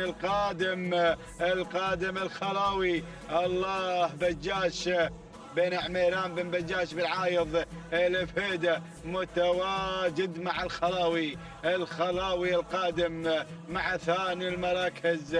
شعار المهندي يتراجع هنا مع ثالث الأسماء، وتابع غشام شعار بن عقيل المتواجد مع رابع المراكز. صالح بن محمد بن طالب بن عقيل النابت قادم مع رابع المراكز. وخامس الأسماء هناك شعار المكسور مع زيزوم مسعود بن ناصر بن سالم بن فهيد المكسور. بدأ بالاقتراب، بدأت الأسماء مشاهدينا الكرام تقترب في هذه اللحظات، ولكن بجاش هناك مع الخلاوي.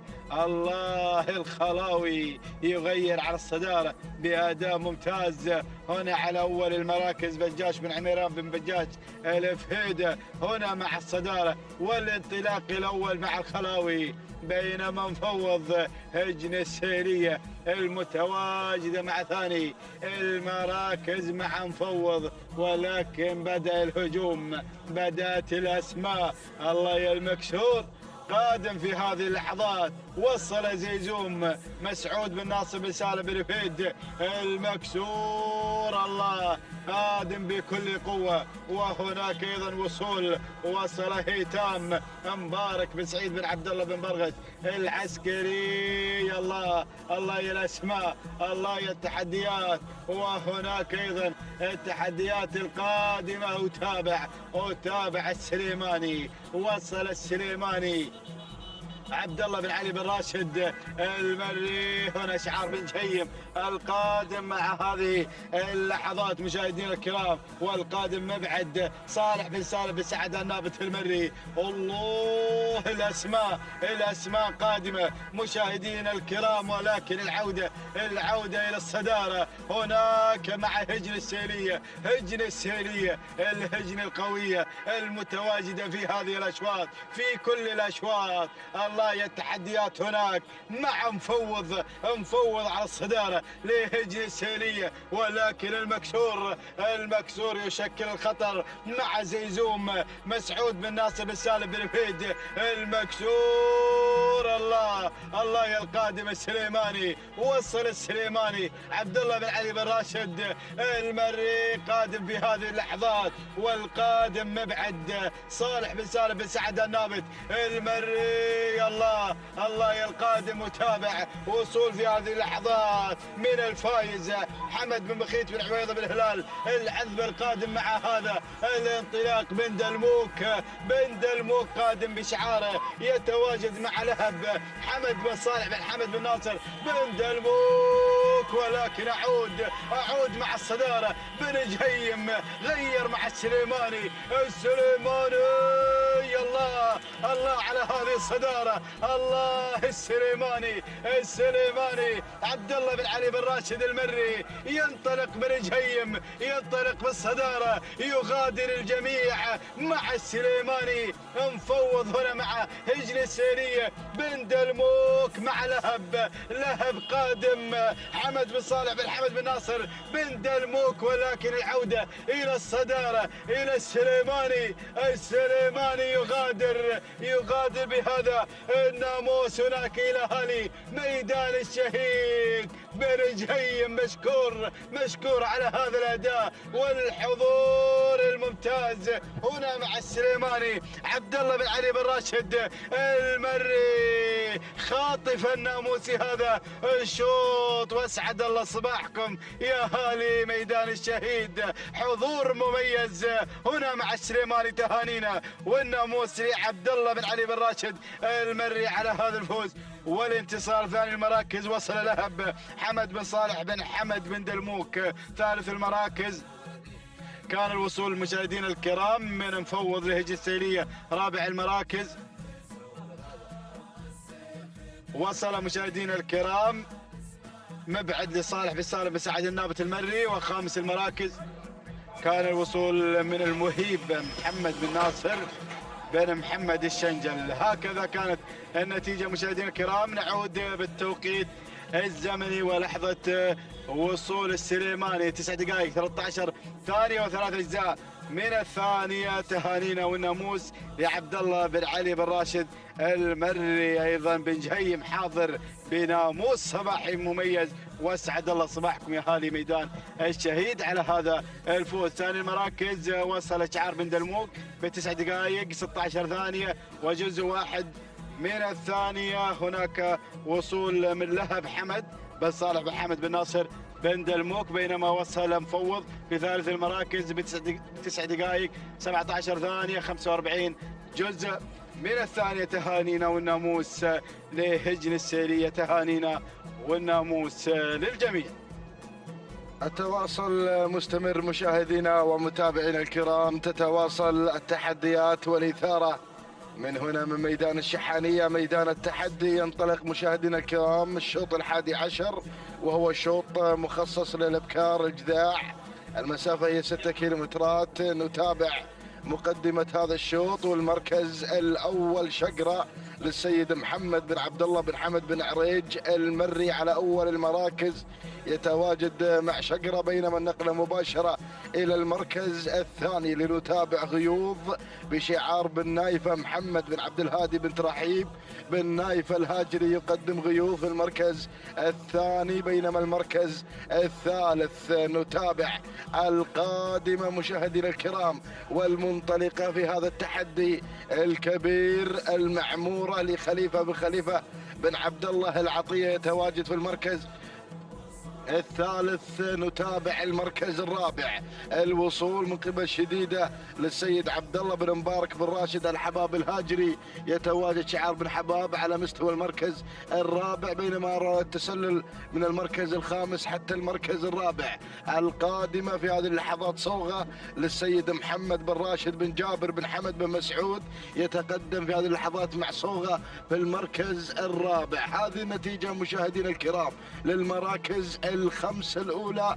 ونعود مجددا إلى البداية لنتابع غيوض بشعار محمد بن عبد الهادي بن ترحيب النايفة الهاجري على أول المراكز، ينطلق ويتواجد في هذا الموقع ليقدم لنا غيوض في أول التحديات. المركز الثاني المعمورة لخليفة بن عبد الله العطية يتواجد في ثاني المراكز. والمركز الثالث شقرة محمد بن عبد الله بن حمد بن عريج المري على مستوى المركز الثالث. وشعار بن مسعود القادم مع صوغة في المركز الرابع. محمد بن راشد بن جابر بن حمد بن مسعود المري، وهنا أيضا اسم جديد بدأ يتدخل وينطلق مع فرق.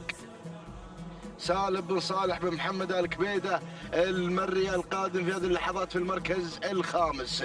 هذه النتيجة مشاهدينا الكرام لتحديات سن الإجذاع، سن الإبداع والتحدي هنا في هذا الميدان، ميدان التحدي الذي يجمع هذه الشعارات المميزة. ولكن نعود إلى غيوض على البداية. محمد بن عبد الهادي بن ترحيب النايفة الهاجري أحد الشعارات الخطيرة في هذا العالم الساحر، يقدم غيوض في البداية، ينطلق ويندفع إلى نحو الناموس.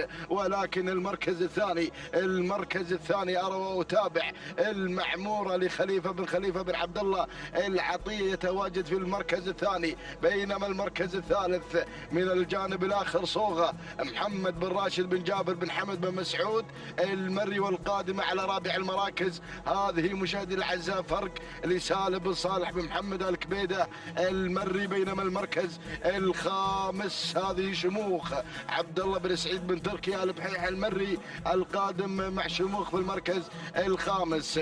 هكذا مشاهدي الأعزاء هو النداء للمراكز الخمس الأولى الفايف ستار المعلنة لهذا التحدي. مع انتصاف المسافة قطعنا 3 كيلومترات من عمر هذا الشوط، ويتبقى 3 كيلومترات أخرى عن صفحة جديدة، عن قصة جديدة في هذا الشوط. نعود مباشرة إلى البداية لنتابع السيطرة ما بين غيوض وما بين أيضا مشاهدي الأعزاء المعمورة، كما نتابعهم في الكادر الأعلى عبر قناة الريان الفضائية في موقع واحد، غيوض والمعمورة. ولكن غيوض تتصدر وتنطلق وتتواجد في البداية محمد بن عبد الهادي بن ترحيب النايفة الهاجري. ولكن المعمورة من الجانب الآخر خليفة بن عبد الله العطية يحتل المركز الثاني.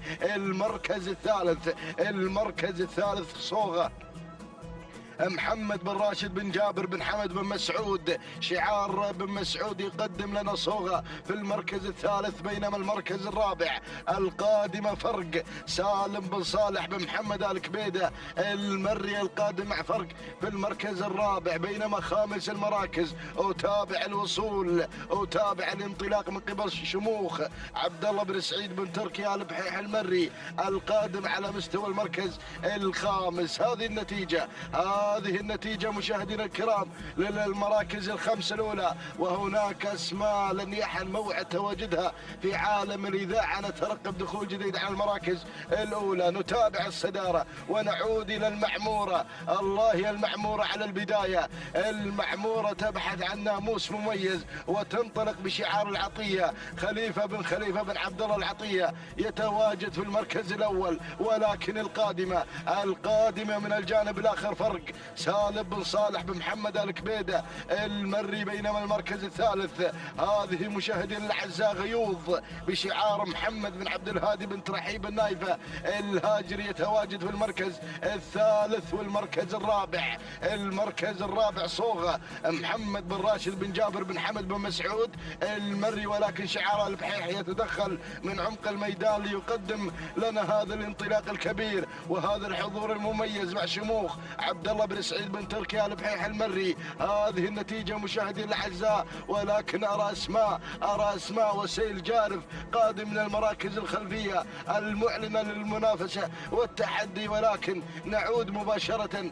نعود حيث البداية، حيث الانطلاق الأول، حيث الصدارة. الله يا المعمورة على البداية. خليفة بن عبد الله العطية يتواجد في البداية. ولكن القادمة شموخ والقادمة كذلك مشاهدينا الأعزاء القادمة غيوض محمد بن عبد الهادي بنت رحيب النايفة الهاجري، ولكن أرى وأتابع برهان سالم بن عامر بن راشد بن سعيد المدهوشي يتقدم في المركز الثالث. المركز الرابع أتابع وأراقب الأسماء. غنايم تصل لغانم بن عبد الله بن راشد بن عبد الله بن قرح المري، يتقدم شعار الزعبي على مستوى المركز الثالث، ولكن أرى الهجوم المكثف، أرى الشعارات القادمة بكل قوة. أتابع شموخ للسيد عبد الله بن سعيد بن تركي آل بحيح المري، وكذلك وصول جديد من قبل في أحمد بن عيسى بن محمد الكعبي يحتل المركز الثالث. وهنا شعار في حامد ظافر بن عبد الهادي الرشيد يصل مع الداودية في المركز الخامس. هذه النتيجة مشاهدينا الأعزاء مع أجواء الأمتار الأخيرة، مع اللحظات المميزة 600 متر الأخيرة. أتابع الصدارة المعمورة، ولكن الداودية الله يا فحام بن ظافر بن عبد الهادي الرشيد اليامي يبحث عن ناموس مميز لأبناء المملكة، ينطلق في الصدارة. الله الله الله، هذه الداودية مشاهدينا الكرام تحتل المركز الأول وتنتزع هذا الناموس المميز وتهدي السلام إلى أبناء الرياض. تهانينا والناموس لفحام بن ظافر بن عبد الهادي الرشيد، والتهنئة لسلطان بن ظافر بن عبد الهادي الرشيد. من يتابع هنا مشاهدي الأعزاء نتابع الداودية مع التحدي. الداودية مشكور يا فحان على هذا الأداء الجميل والرائع. تنطلق الداودية تنتزع المركز الأول. سلام للسعودية، سلام يا فحان، سلام الداودية على هذا الأداء الكبير والحضور المميز. تهانينا والناموس لفحام بن ظافر بن عبد الهادي الرشيد اليامي، والتهنئة موصولة لسلطان بن ظافر بن عبد الهادي الرشيد اليامي على فوز الداودية بالمركز الأول. المركز الثاني سمحة. المركز الثاني المعمورة لخليفة بن عبد الله العطية. المركز الثالث كان الوصول مشاهدينا الكرام من قبل سمحة لحمد بن علي بن راشد المري. المركز الثالث الرابع جاءت في لأحمد بن عيسى بن حمد الكعبي. المركز الخامس نوايد لهجن السلية. إذا مشاهدينا الكرام هذه النتيجة للمراكز الخمس الأولى. تهانينا والناموس مشاهدينا الأعزاء لمالك الداودية على هذا الفوز لفحام بن ظافر بن عبد الهادي الرشيد اليامي. 9 دقائق 11 ثانية و78 جزء من الثانية. تهانينا والناموس. المركز الثاني جاءت فيه مشاهدينا الكرام المعمورة لخليفة بن عبد الله العطية، والتوقيت الزمني 9 دقائق 14 ثانية 84 جزء من الثاني. تهانينا والناموس.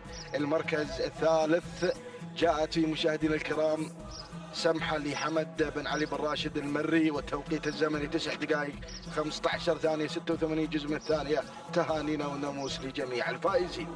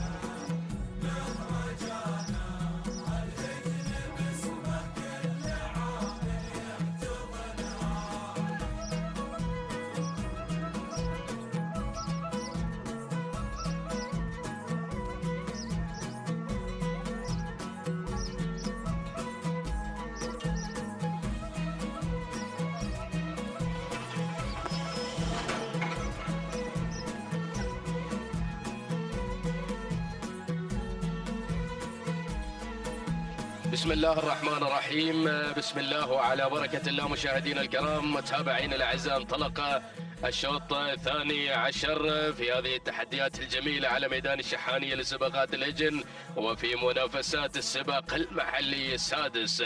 ينطلق هذا الشوط في تحدي ومنافسة جديدة من منافسات هذا الصباح مع شعارات أبناء القبائل. شوط للقعدان يندفع هنا مع سن الإذاعة والستة كيلومترات الحاضرة في منافسات هذا الصباح. شوط مليء بالأعداد، نتمنى التوفيق لكل الأخوة المشاركين. نبدأ مشاهدينا الأعزاء بالتعرف على أول الأسماء المندفعة. هذا هو مغادر في مقدمة الشوط، حمد بن محمد بن سالم بن جهويل من يقدم مغادر في تحديات ومنافسات هذا الشوط. أول الأسماء المنطلقة هناك مع القمة، بينما النقلة مع المركز الثاني. نتابع التواجد من الشبابي اللي أخذ المركز الثاني سعيد بن عبد الهادي بن علي الشهواني من يقدم الشبابي على المركز الثاني. النقلة مع ثالث المراكز يصل في هذه اللحظات ويتقدم مبلش مسفر بن مبارك بن مسفر الشهواني من يتقدم مع ثاني المراكز في هذه اللحظات. يغير مع تحديات هذا الشوط. هذا هو مبلش اللي اخذ المركز الثاني، والشبابي من تراجع في المركز الثالث. في المركز الرابع نتابع الاسم القادم وصول وتقدم في هذه اللحظات من مخباط عبد الله بن علي بن راشد المري من يقدم مخباط في المركز الرابع. وفي خامس المراكز نتابع الاسم المتواجد في مسار وتحديات هذا الشوط. هذا هو زاهي القادم بشعار علي بن متلع بن مسلل مقاط العتيبي من يقدم شعاره مع زاهي في المركز الخامس. هذه النتيجة للخمس المراكز المتقدمة، للخمس الأسماء المندفعة في هذا الشوط في هذا التحدي الجميل مع سن الإذاعة على أرضية ميدان الشحانية. ولكن سيل جارف قادم هناك مع الكادر السفلي. نتابع الأعداد المشاركة مع هذه الفترة الصباحية مع شعارات يا أبناء القبائل وتحديات سن الإذاعة على مدار الستة كيلومترات.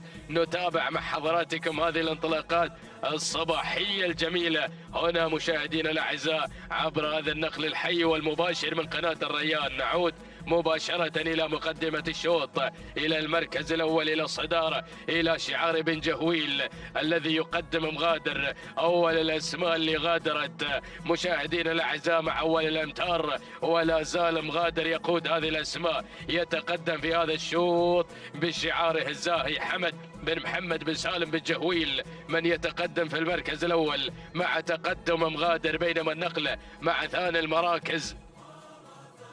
وتابع مخباط في المركز الثاني يحمل لشعار عبد الله بن علي بن راشد المري قادم في تحديات هذا الشوط وفي نجومية هذا الشوط. بينما هذا المضمرين مع تحديات الشبابي يصل في المركز الثالث سعيد بن عبد الهادي الشهواني يتقدم على المركز الثالث من خلال مشاركة الشبابي في تحديات هذا الشوط. في المركز الرابع تابع اسم جديد بدأ ينضم في هذه اللحظات، وصول وتقدم ايضا من قبل بشاش يصل بشعار راشد بن عبد الله بن علي بن حمد الفيدة يقدم شعاره مع بشاش على المركز الرابع وخامس المراكز. شعار الصعاق بدأ يتقدم في هذه اللحظات مع تقدم سراب حمد بن محمد بن حمد المري ينطلق في المركز الخامس مع انطلاقة سراب. هذه النتيجة للخمس المراكز في ثاني ندى على مسار هذا الشوط. شوطنا 12 من أشواط الخير والبركة على ميدان الشحانية. أشواط جميلة مع سن الإذاع نتابعها في هذا الصباح في تحديات مع شعارات أبناء القبائل. ما شاء الله شوف هذه الأعداد المنطلقة والتحديات على أرضية ميدان التحدي.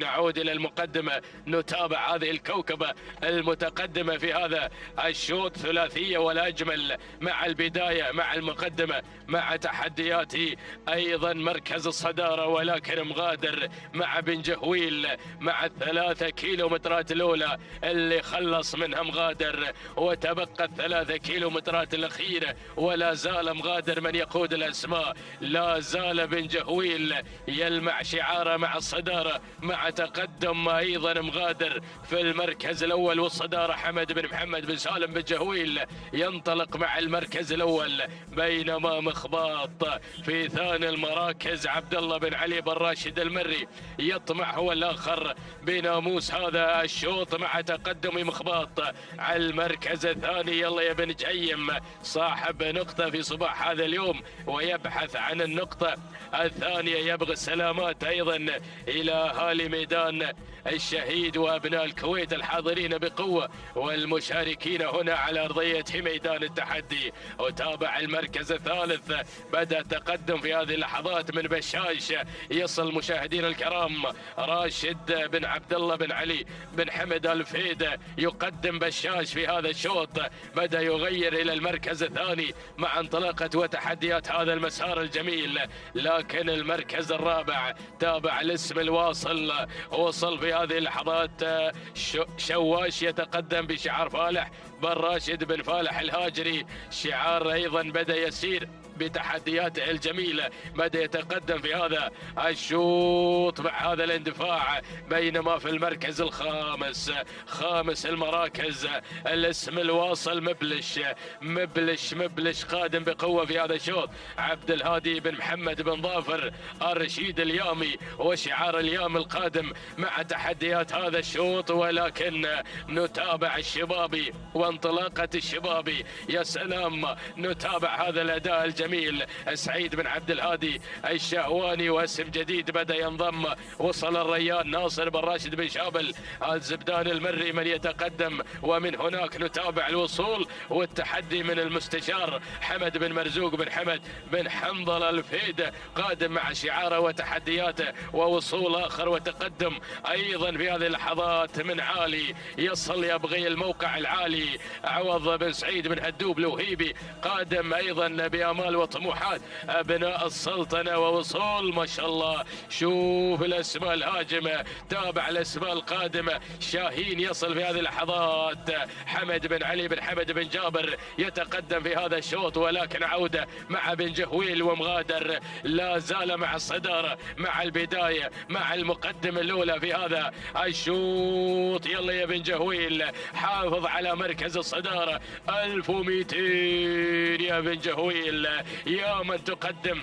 تحديات الصدارة مع مغادر حمد بن محمد بن سالم بن جهويل مع المركز الأول. أشعل المنافسة بن جهويل، انطلق مبكرا مع تحديات هذا الشعار، ولكن شاهين يا شاهين غير في هذه اللحظة، غير شاهين مع المركز الأول مع الصدارة. هذا هو شاهين مشاهدين الكرام، انطلق مع الناموس، انطلق مع الأجواء النهائية، ينطلق في هذا العرض الكبير. يا سلام يا سلام يا سلام، حمد بن علي بن حمد بن جابر، يلا يا مع الناموس يا بن جابر، خلك مع الانتصار مع شاهين. الشكل جميل والأداء أجمل، التحدي واضح من شاهين في اللحظات الأخيرة في الأمتار الذهبية. شاهين يغادر عن بقية الأسماء، عن جميع الشعارات، ليؤكد حضوره في هذا الصباح مع تحديات هذا المسار. حمد بن علي بن حمد بن جابر بن دجران يتقدم مع الناموس، مع شاهين، مع الانتصار، مع الفوز والناموس. يا سلام على الأداء الكبير. خلاص يا بن دجران، ما عاد تقول له شيء، خلى على راحته. هنا شاهين يحقق الناموس، يحقق الانتصار، يؤمن الموقف مع اللحظات الأخيرة. حمد بن علي بن حمد بن جابر يتقدم مع شاهين في المركز الأول في اللحظات الأخيرة، أعلن تواجده مع لوحة الكيلو متر الأخير وهجم نحو الناموس والانتصار. سلام شاهين، سلام لحمد بن علي بن حمد بن جابر على هذا الفوز، على هذا الانتصار. تهانينا واسعد الله صباحك وصاحب نقطة في مهرجان المؤسس. مشكور يا ابو خزينة يا ابو خرجنا. المركز الثاني من وصل الطاير علي بن حمد بن علي بن حمد العطية. المركز الثالث كان الوصول من بشاش لراشد بن عبد الله بن علي بن حمد الفيدة. المركز الرابع من وصل السياف هادي بن سالم بن محمد الفيدة المري.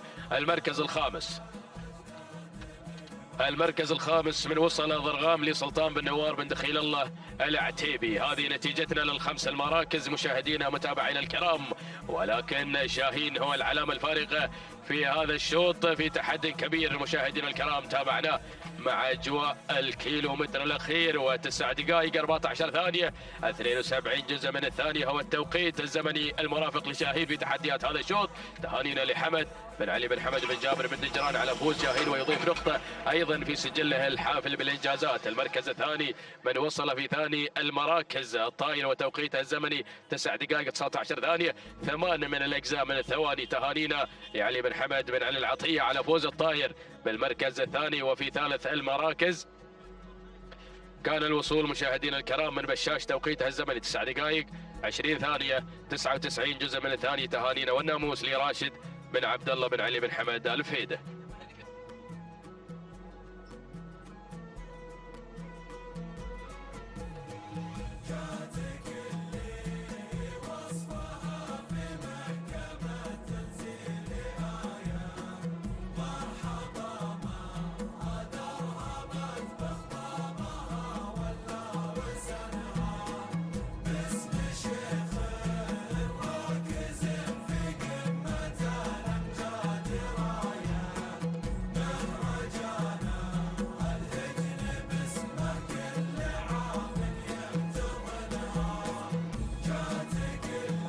بسم الله الرحمن الرحيم. أيها الحفل الكريم مشاهدينا متابعينا الكرام، التواصل مستمر من أرضية ميدان الشحانية، ميدان التحدي لسباقات اللجنة العربية الأصيلة. ينطلق الشوط الثالث عشر الخاص بالإذاعة الأبكار. نسير مع هذا الشوط الذي يحمل لنا أيضا هذه الأسماء والشعارات المميزة الحاضرة والمنطلقة في هذا المسار مباشرة مع البداية والمركز الأول. أول الأسماء الحاضرة هناك مع البداية مع المركز الأول شديدة غانم بن محمد بن زايد المطوع الخيارين من يقدم لنا شعاره وتحدياته المميزة والجميلة. بينما المركز الثاني يتابع القدوم والوصول من قبل اللي واصل نبا جابر بن علي بن جابر النجم المري. والمركز الثالث وصول من تكريم علي بن حمد بن علي بن حمد العطية. والمركز الرابع في هذا المسار يتقدم هناك أيضا مشاهدينا الكرام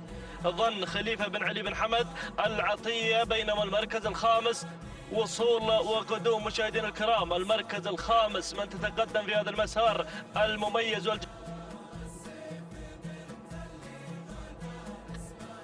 إذا مشاهدينا الكرام متابعينا الأفاضل، ها هي الأسماء الحاضرة في هذا الانطلاق والمسار المميز والجميل. ولكن نعود مباشرة مع البداية، نعود مع المركز الأول وصدارة هذا الشوط. البداية مع شديدة غانم بن محمد بن زايد المطوع الخيارين من يقدم لنا شديدة مع المركز الأول وصدارة هذا الشوط. يا سلام يا سلام يا شديدة. المركز الثاني هنا ظن خليفة بن علي بن حمد العطية مع المركز الثاني. المركز الثالث وصول وقدوم هناك من تكريم علي بن حمد بن علي العطية. والمركز الرابع اللي واصل مع المركز الرابع في هذا المسار تتقدم نبا جابر بن علي بن جابر النجم المري. والمركز الخامس واصل الشيذمان علي بن عبد الله بن راشد بن عبد الله الزعبي. ولكن ميمنة الميدان تتقدم مشاهدينا الكرام وصول وقدوم من شودة حامد بن علي بن مايقة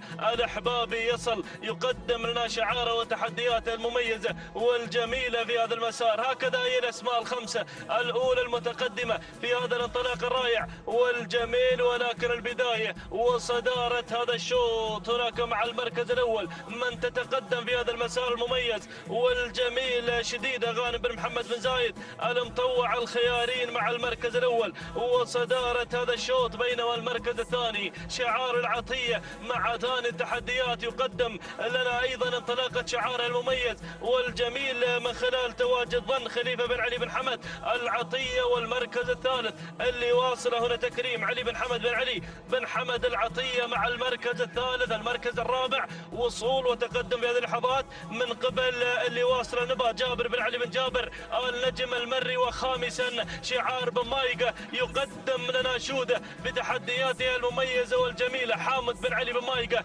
الأحبابي. هكذا هي الأسماء الخمسة الأولى المتقدمة في هذا الانطلاق والمسار المميز والجميل. 5 أسماء منفردة عن بقية المراكز. مشاهدينا متابعين الكرام كما تشاهدون هنا أيضا في شاشة قناة الريان الفضائية عطر نقطة مخرجنا على الأسماء خلف الخمسة المراكز الأولى. ما شاء الله أعداد تشارك في هذا الشوط وشعارات مميزة هناك حاضرة خلف الخمسة المراكز الأولى. شكرا لمخرجنا على هذه اللقطات المميزة والجميلة من أرضية ميدان التحدي ميدان الشحانية. هنا عودة مع البداية، نعود مع المركز الأول مع شعارك يا الخيارين الذي تقدم لنا أيضا انطلاقة وحضور هناك مع المركز الأول شديدة. غانم بن محمد بن زايد المطوع الخيارين، يا سلام، يقدم لنا هذا الشعار المميز والجميل مع المركز الأول وصدارة هذا الشوط. انطلاقة هناك شديدة مع المركز الأول. المركز الثاني قدوم ووصول من ظن خليفة بن علي بن حمد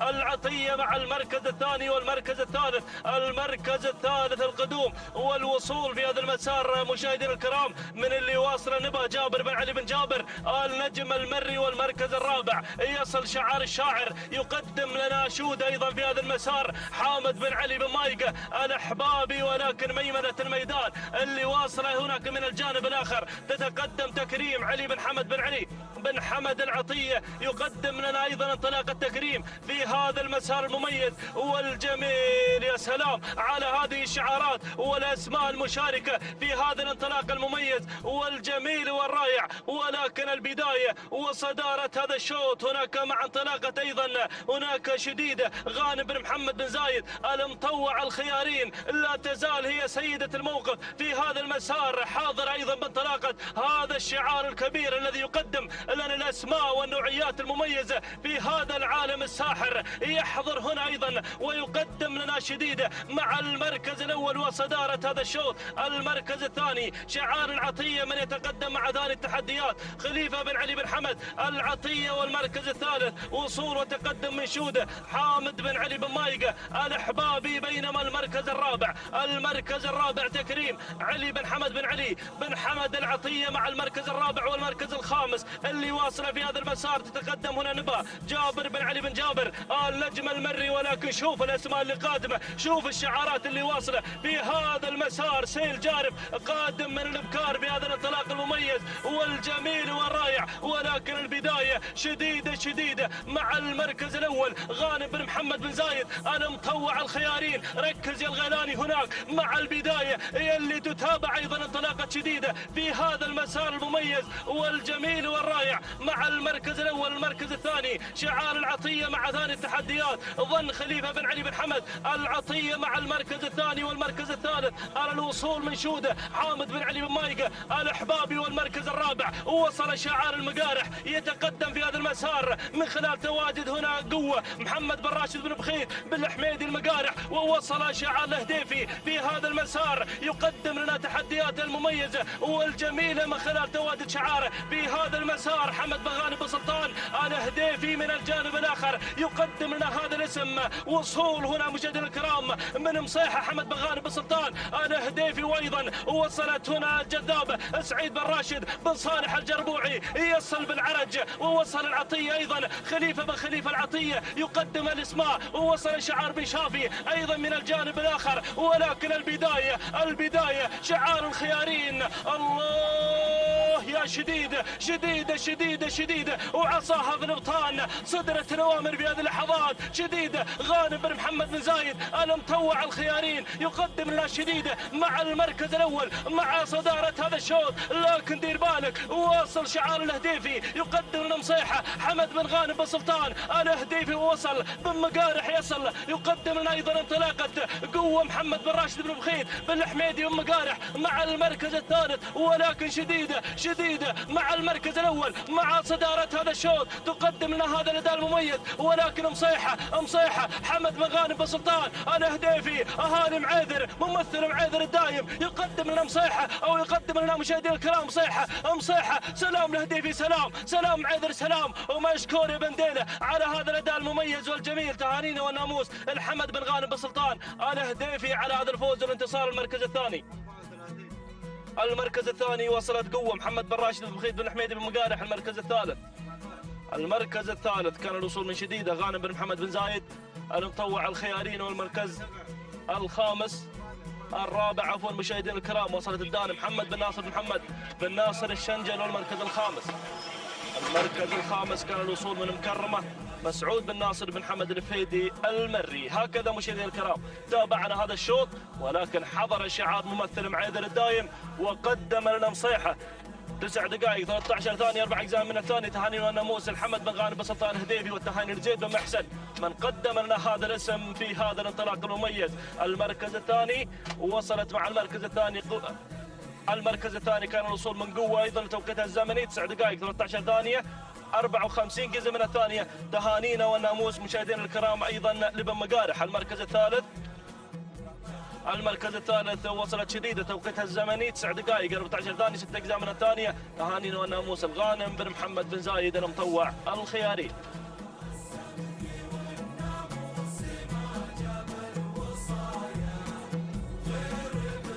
التواصل مستمر مشاهدينا ومتابعينا الكرام، تتواصل التحديات والانطلاقات في صباح هذا اليوم الخاصة لسن الأجذاع. ينطلق مشاهدينا الأعزاء الشوط الرابع عشر وهو شوط مخصص للأبكار. نتابع المركز الأول ومقدمة هذا الشوط تحمل الرقم 52. لحظات بنوفيكم بمعلوماتها، بينما المركز الثاني في هذه اللحظات القادمة والمنطلقة مع ثاني المراكز من الجانب الآخر. نتابع القادمة مشاهدينا الكرام في هذا الانطلاق وفي هذا التحدي الكبير والرائع.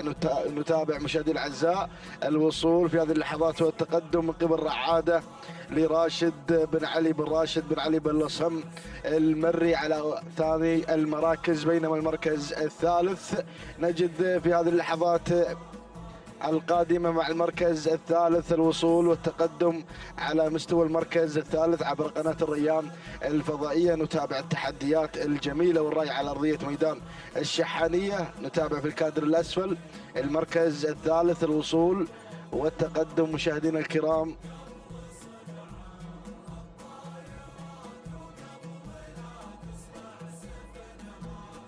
نتابع المركز الثالث في هذا التحدي الكبير. نتابع مشاهدينا الأعزاء الوصول والتحدي والانطلاق على مستوى المركز الثالث. هذه مشاهدينا الكرام التماس لناصر بن مبارك بن ناصر الشايك على مستوى المركز الثالث. بينما المركز الرابع نتابع في هذا الانطلاق اللي تحمل رقم 30. هذه مشاهدينا الكرام ومتابعينا الافاضل شوده للسيد بريك بن طالب بن هادي بن هليل المري يحتل المركز الثالث بينما المركز او الرابع. بينما المركز الخامس القادم في هذه اللحظات والمنطلق مشاهدينا الكرام شعار الهديفي مع البندقية حمد بن غانم بن سلطان الهديفي يحتل المركز الخامس. هذه النتيجة مشاهدينا الأعزاء للمراكز الخمس الأولى. ونعود بحضراتكم إلى البداية لنتابع اللي تحمل رقم 52 الشهانية سعد بن عنزان النعيم يتواجد شعار البرشلوني على أول المراكز. بينما المركز الثاني رعادة راشد بن علي بن راشد بن لصم المري مع المركز الثاني. بينما المركز الثالث نجد في هذه اللحظات البندقية حمد بن غانم بن سلطان الهديفي يتواجد شعاره في المركز الثالث. المركز الرابع ناخذ المركز الرابع لنتابع غزلان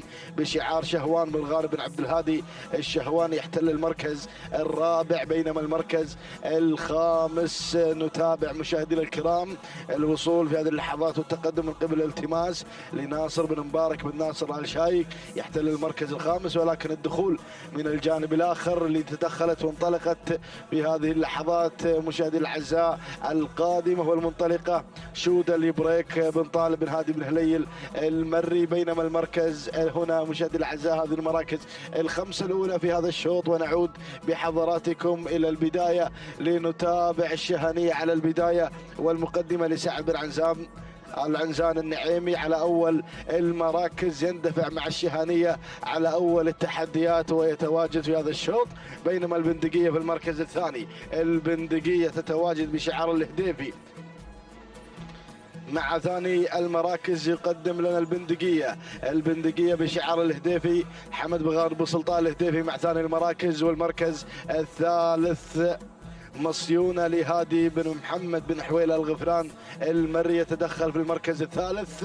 نتابع المركز الرابع هذه شودة بريك بن طالب بن هادي بن هليل المري يحتل المركز الرابع. وخامس المراكز يتدخل شعار هجن السلية من خلال هذا الدخول الكبير والانطلاق الرائع. هنا شعار هجن السلية مع النسايم على مستوى المركز الخامس. هذه النتيجة مشاهدي الأعزاء للمراكز الخمس الأولى. نعود مباشرة إلى الصدارة لنتابع البندقية من غيرت واحتلت المركز الأول. البندقية للسيد حمد بن غالب سلطان الهديفي، هنا ممثل معيذر يتواجد في البداية، يتواجد مع البندقية، ولكن الشهانية تتواجد بشعار سعد بن عنزان بن خاتم العنزان النعيمي، يتواجد الشعار البرشلوني في المركز الثاني والمركز الثالث. من الجانب الآخر أرى الدخول، أرى الانطلاق في هذه اللحظات مصيونة هادي بن محمد بن حويل الغفراني المري، بينما المركز الرابع يتدخل شعار هجن السلية في هذا التحدي ليحضر مع نسايم على مستوى المركز الرابع. بينما المركز الخامس شودة بريك بن طالب بن هادي بن هليل المري، هنا مشاهدي الأعزاء يتواجد في خامس المراكز. هذه النتيجة مشاهدي الأعزاء للمراكز الخمس الأولى، وهناك أسماء لن يحن موعد تواجدها في عالم الإذاعة. نترقب دخول جديد على المراكز المتقدمة، ولكن نعود إلى البندقية على المقدمة. هذه البندقية للسيد حمد بن غالب بن سلطان الهديفي يتواجد على أول المراكز، ولكن شعار سعد بن عنزان بن خاتم العنزان النعيمي يتواجد في المركز الثاني ليحضر مع الشهانية. بينما المركز الثالث أتابع مصيونة هادي بن محمد بن حويل الغفران المري يتواجد في المركز الثالث. المركز الرابع أرى التسلل، أرى الانطلاق في هذه اللحظات والتواجد مشاهدينا الكرام من قبل شودة بريك بن طالب بن هادي بن هليل الغفران المري يتواجد على مستوى المركز الرابع. بينما المركز الخامس القادمة رموز طاحوس بن وسام بن سلطان الهاجر يصل شعار بن وسام القادم بتحديات رموز على مستوى المركز الخامس. هذه النتيجة مشاهدي الأعزاء للمراكز الخمسة الأولى، ولكن أعود إلى البندقية. الله، ترمي البندقية على الصدارة، ترمي بناموس هذا الشوط. البندقية للسيد حمد بن غالب سلطان الهديفي 1200 أرى شعار بن عنزان بدأ يعلن التحدي والإثارة، الشعار البرشلوني مع الشهانية سعد بن عنزان بن خاتم العنزان النعيمي في المركز الثاني. المركز الثالث أرى الهجوم في هذه اللحظات، الهجوم الكاسح من قبل مصيونة هادي بن محمد بن حويل الغفران المري مع ثلاث المراكز. ولكن الأسماء أتابع وأراقب الأسماء القادمة، الأسماء المنطلقة. رموز طاحوس بن وسام بن سلطان الهاجري على مستوى المركز الرابع، وهنا الدخول المميز من قبل مشاهدي الأعزاء الطيارة بمحركاتها الجوية قادمة بكل قوة، قادمة لركاب الحزام محمد بن راشد المري. ولكن نعود إلى البداية لنتابع المعركة المميزة ما بين شعار هنا بن عنزان الشعار البرشلوني يتواجد في المقدمة مع الشهانية.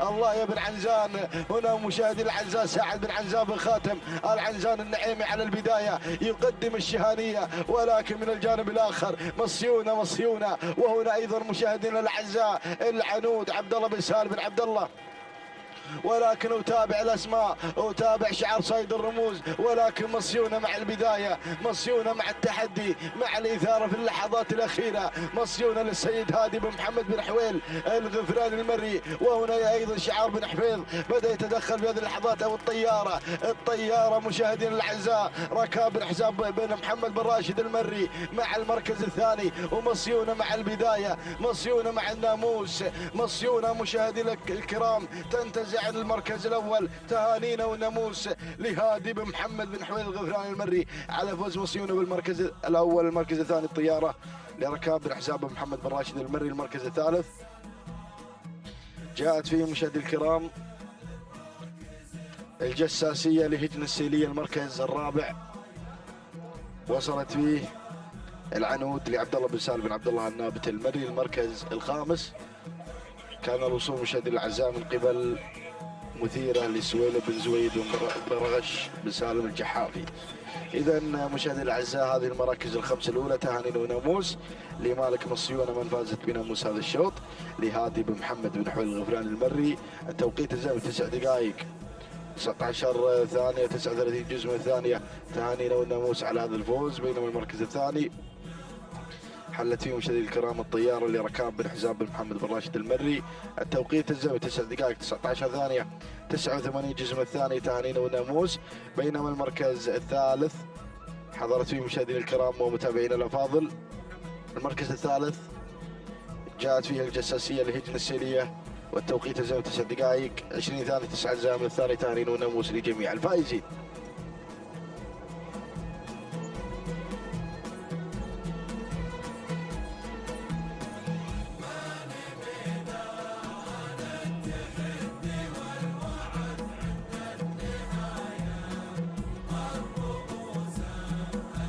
السلام عليكم ورحمة الله وبركاته. إلى الأخوة مشاهدينا ومتابعينا الكرام، نتابع وإياكم في هذه اللحظات انطلاقة شوطنا الخامس عشر.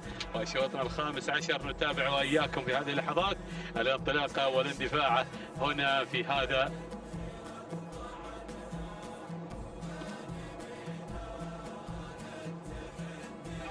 وها هو أيضا الشوط الأول للإنتاج. نتابع وإياكم في هذه اللحظات الانطلاقة والاندفاع لهذا الشوط هنا. مع هذا الاندفاع نتابع اللحظات هنا مع المقدمة والمركز الأول والصدارة.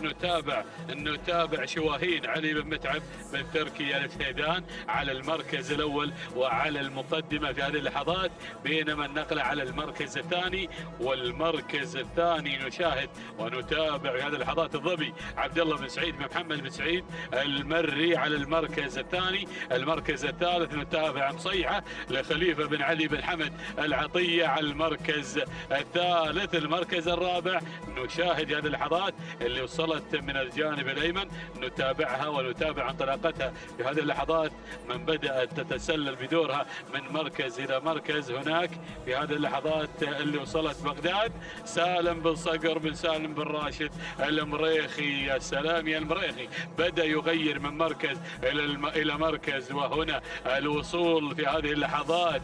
يا سلام، مرحبا حفلة الإنجازات، حفلة الرموز، حفلة الفوز دائما وأبدا بهذا الشعار. نار على علم مع عبد الله بن علي بن عبد الله العطية، قادمة بكل قوة بأدائها بتميزها بمرورها، ما شاء الله تبارك الله. هنا في هذه اللحظات يا أبو عبد الله بانطلاقتها واندفاعاتها يا منصور، ما شاء الله على هذا الأداء مع حفلة اللي وصلت. لكن نعود مع أيضا مقدمة الشوط ومع أيضا المريخي اللي واصل مع بغداد سالم بن صقر بن سالم بن راشد المريخي على مقدمة هذا الشوط على المركز الأول على الصدارة. ولكن نعود على المركز الثاني في هذه اللحظات مع حفلة لعبد الله بن علي بن عبد الله العطية قادمة مع المركز الثاني. المركز الثالث في هذه اللحظات نتابع الظبي عبد الله بن سعيد بن محمد بن سعيد المري، بينما اللي وصلت في هذه اللحظات هنا نتابع قدوم ووصول في هذه اللحظات من محمد بن عايض بن محمد بن عايض الحنزاب. يا سلام يا بن حنزاب، ما شاء الله تبارك الله على هذا الأداء والتميز والمرور، مرورها في هذه اللحظات وانطلاقها في هذا الأداء مع محبة. بينما المركز الخامس، شوفوا اللي على المركز الخامس مصيحة على المركز الخامس، نتابعها بشعار خليفة بن علي بن حمد العطية. نعود إلى المقدمة، نعود إلى الصدارة، إلى التحدي، إلى المنافسة، وحفلة دائما وأبدا تعودنا على هذا المنوال والانطلاق. نتابعها مع انتصاف المسافة، تغير مباشرة إلى مقدمة الشوط، إلى المركز الأول، إلى المقدمة. هنا نتابع هذا الشعار ونتابع حفلة يا سلام يا حفلة.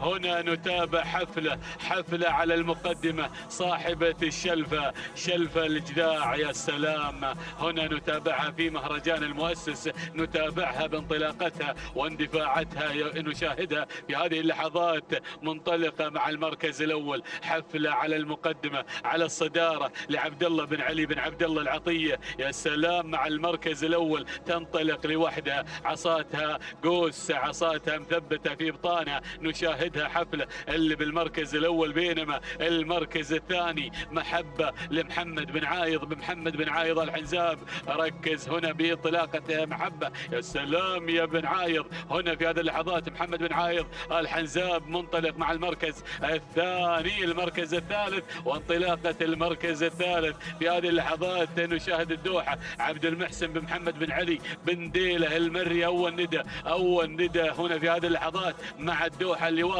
على المركز الثالث. المركز الرابع نشاهد بغداد سالم بن صقر بن راشد المريخي. المركز الخامس نشاهد في هذه اللحظات مصيحة خليفة بن علي بن حمد العطية، ووصول اسم جديد تصلنا في هذه اللحظات نشب مبارك بن راشد بن سعيد بن قربان آل جحيش أيضا قادم هنا في هذه اللحظات بانطلاقتها على المركز الخامس. يا سلام، وصول اسم جديد، المتحدة علي بن راشد بن حمد بن حلفان قادم في هذه اللحظات مع المتحدة. يا سلام، المتحدة صاحبة الإنجازات، المتحدة هنا بشعار بن حلفان، اسم أيضا ينضم جديد لنا في هذه اللحظات بشعار بن حسين. حروف يا حروف لحمد بن جر الله بن علي بن حسين البريدي هنا في هذه اللحظات. قدوم آخر بشعار سمحة لسعيد بن محمد بن حمد بن سالمين. يا سلام يا سلام، ولكن نعود مع هذا الشوط الأول للإنتاج. الله، يا حفلة يا حفلة يا حفلة يا حفلة، حفلة على المقدمة، على الصدارة يا ابو عبد الله. الجماعة واصلين، ولكن حفلة منطلقة ومندفعة في هذه اللحظات. يا سلام يا سلام، على 1500 متر الأخيرة، حفلة على المقدمة، على المركز الأول عبد الله بن علي بن عبد الله العطية منطلق هنا مع حفلة بالمركز الأول. المركز الثاني الدوحة عبد المحسن بن محمد بن علي بن ديله المري يشكل الخطر، بينما بن حنزاب على المركز الثالث مع محبة أيضا هنا لمحمد بن عايض الحنزاب. المركز الرابع بن حلفان هنا في هذه اللحظات علي بن راشد بن حمد البريص، ولكن شوفوا حروف حمد بن جر الله بن حسين البريدي. يا سلام يا راعي حروف، يا راعي حروف قادم يشكل الخطر، راعي حروف. يا سلام، ولكن نعود إلى حفلة الإنجازات، الكيلو المتر الأخير. الله، يا حفلة تنطلق بالشوط الأول، الشوط الرئيسي للإنتاج. الله، يا حفلة أداها ما شاء الله تبارك الله، ما شاء الله تبارك الله. يا سلام يا حفلة، يا سلام يا حفلة منطلقة ومندفعة. ولكن شوفوا القادمة، الدوحة قادمة. الله، يا سلام يا الدوحة عبد المحسن بن محمد بن علي بن ديله المري. يا سلام سلام يا بنديلة، غير في هذه اللحظات مع الدوحة، غير مع الدوحة. يا سلام يا الدوحة، الدوحة الدوحة، الله على الدوحة. انطلقت بهذا السلام والتحية والاحترام مع شعار مالكها عبد المحسن بن محمد بن علي بنديلة. سلام على هذا الفوز والانتصار. هنا حفلة على المركز الثاني مع عبد الله بن علي بن عبد الله العطية هناك في هذه اللحظات، ولكن خلاص قفلت الشوط الدوحة. سلام يا بنديلة، سلام مع الشوط الرئيسي للإنتاج والمنتجين، ناموسها عن ناموسين، ناموس الفوز وناموس الإنتاج. سلام يا الدوحة، سلام والتحية والاحترام مع هذا الأداء وساعة وصولها إلى خط النهاية معلنه الفوز والناموس. تهانينا لمالك الدوحة عبد المحسن بن محمد بن علي بنديلة المري المركز الثاني. وصلت حفلة لعبد الله بن علي بن عبد الله العطية المركز الثالث. وصلت هنا في هذه اللحظات المتحدة لعلي بن راشد بن حمد بن حلفان هنا المركز الرابع. وصلت الذيبة عبد الله بن ناصر بن حفيظ الحفيظ المركز الخامس. وصلتنا هناك حروف لحمد بن جار الله بن علي بن حسين البريدي. شاهدنا وصول الدوحة إلى خط النهاية. سلام يا بنديلة، سلام. الشوط الأول هنا في هذه اللحظات مع الدوحة وتوقيتها 9 دقائق 8 ثواني 27 جزء من الثانية. تهانينا والناموس لمالك الدوحة عبد المحسن بن محمد بن علي بنديلة المري. وصلت حفلة على المركز الثاني 9 دقائق 10 ثواني 9 أجزاء من الثانية. تهانينا لعبد الله بن علي بن عبد الله العطية. هنا من أتت على المركز الثاني. المركز الثالث وصلتنا المتحدة توقيتها 9 دقائق 12 ثانية 62 جزء من الثانية. تهانينا لمالكها علي بن راشد بن حمد البريص المري، والثانية وصوله لسعيد بن راشد على هذا الفوز. تهانينا والناموس لجميع الفائزين.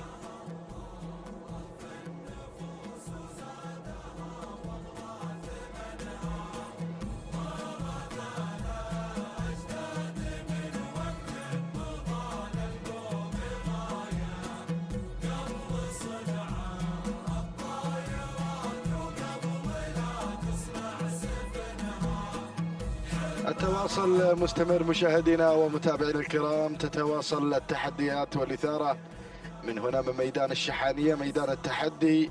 ينطلق في هذه اللحظات الشوط السادس عشر الخاص للقعدان الجذاع ضمن أشواط الإنتاج والمنتجين. نتابع المراكز الخمس الأولى ونتابع المركز الأول في هذه اللحظات. على أول المراكز نتابع المنطلق والمندفع في هذا الانطلاق الجميل والرائع. ومن يتواجد في المركز الأول، المركز الأول في مقدمة هذا الشوط عز الفهيد بن علي بن فهيد الزبدان المري يتواجد على البداية.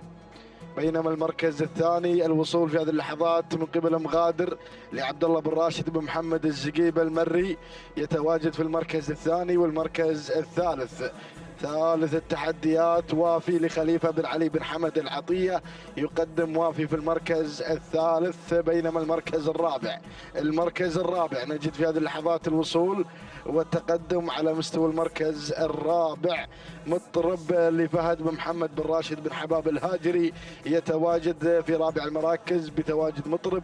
وخامس المراكز وخامس الأسماء أرى الوصول في هذه اللحظات والتقدم والانطلاق على خامس المراكز. الوصول مشاهدينا الأعزاء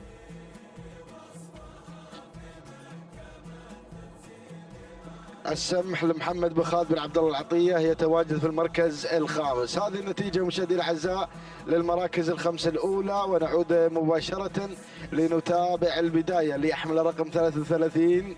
هذا هو مشاهدينا الكرام البصير العبيد بن سالم بن جار الله بن سالمين المري يتواجد على البداية ويقدم لنا البصير. بينما وافي في المركز الثاني لخليفة بن علي بن حمد العطية مع ثاني التحديات يتواجد مع وافي. بينما المركز الثالث نتابع المنطلق مشاهدينا الكرام مطرب لفهد بن مبارك بن راشد بن حباب الهاجري. هذا هو مطرب القادم بشعار بن حباب على ثلاث المراكز.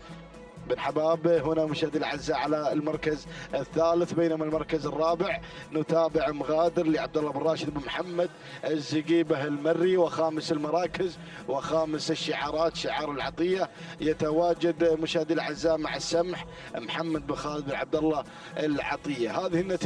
هذه النتيجه للمراكز الخمسه الاولى، ونذهب بحضراتكم الى البدايه لنتابع المركز الاول. ونتابع هنا مشاهدينا الاعزاء شعار العطيه يندفع في مقدمه هذا الشوط، ويقدم لنا مشاهدي الاعزاء وافي في اول المراكز لخليفه بن علي بن حمد العطيه يتواجد في المركز الاول، بينما المركز الثاني القادم بكل قوه مطرب لفهد بن مبارك بن راشد بن حباب الهاجري يقدم مطرب في المركز الثاني. والمركز الثالث نتابع زعفران لعبد الله بن عامر بن سعيد المشايخي يصل في هذه اللحظات لاول اذاعه في هذا الشوط مع انطلاقه زعفران. والمركز الرابع نجد شعار العطيه بدا يتسلل مع السمح محمد بن خالد بن عبد الله العطيه. والمركز الخامس الوصول من قبل الحاكم وشعار الفراج محسن بن علي بن مبارك بن سالم الفراج المري يتقدم في هذه اللحظات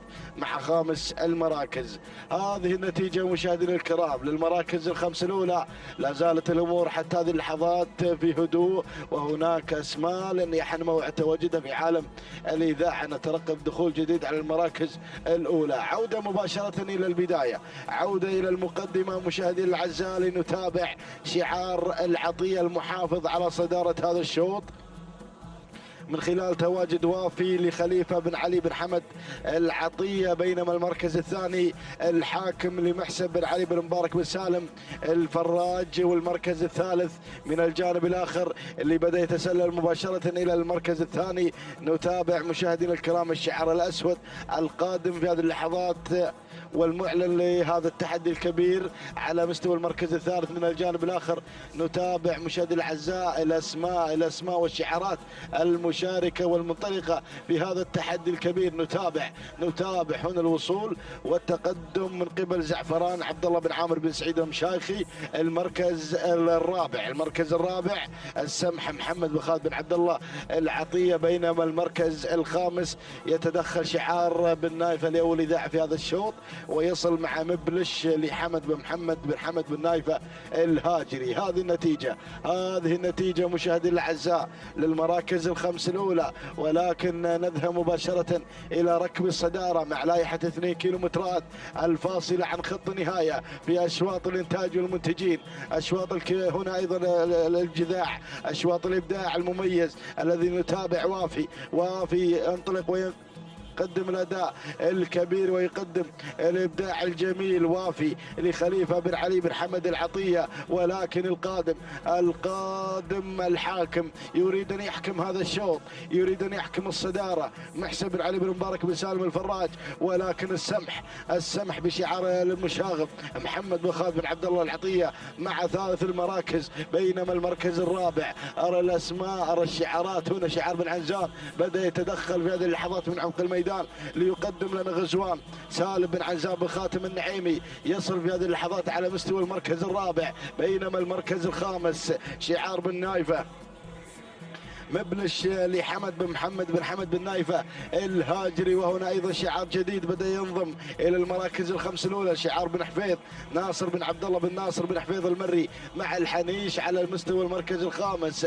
هذه النتيجه مشاهدينا الكرام. ولكن نعود الى البدايه، نعود الى التحدي مع 1200 وشعار الفراج على البدايه. شعار الفراج يحكم المركز الاول مع الحاكم على الصداره. الله الحاكم محسن بن علي بن مبارك بن سالم الفراج على المقدمه. ولكن السمح يغير ويقتحم البدايه. هنا مشاهدي الاعزاء محمد بن خالد بن عبد الله العطيه مع الكيلومتر الاخير. الله السمح والحاكم في معركه خطيره، في معركه ثنائيه ومبكره في هذا الشوط. نتابع السمح على البدايه، السمح والحاكم. ولكن المركز الثالث شعار العطيه والشعارات قادمه بكل قوه. ارى واتابع هياض حمد بن محمد بن صالح بن بخيت الراشدي يصل في هذه اللحظه ولكن نعود إلى البداية لنتابع المعركة المميزة ما بين الحاكم،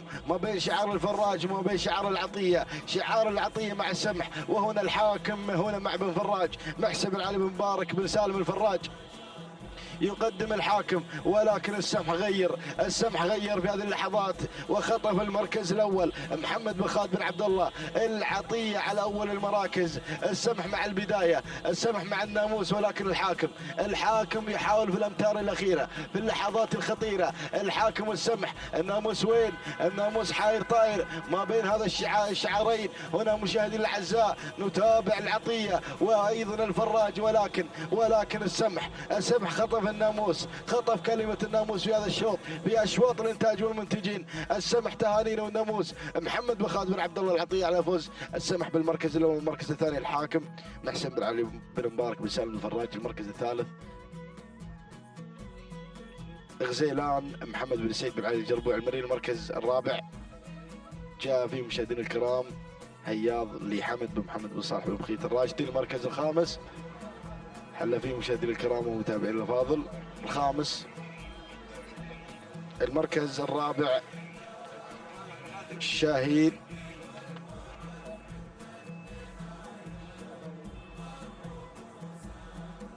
المركز الخامس حل فيه مشاهدينا الاعزاء غزيلان محمد بن سعيد بن علي الجربوعي المري.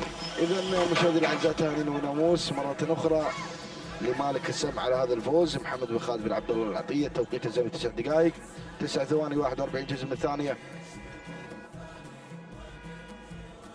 تهانينا والناموس. المركز الثاني الحاكم لمحسن بن علي بن مبارك بن سالم الفراج 9 دقائق 10 ثواني 3 اجزاء من الثاني. تهانينا والناموس.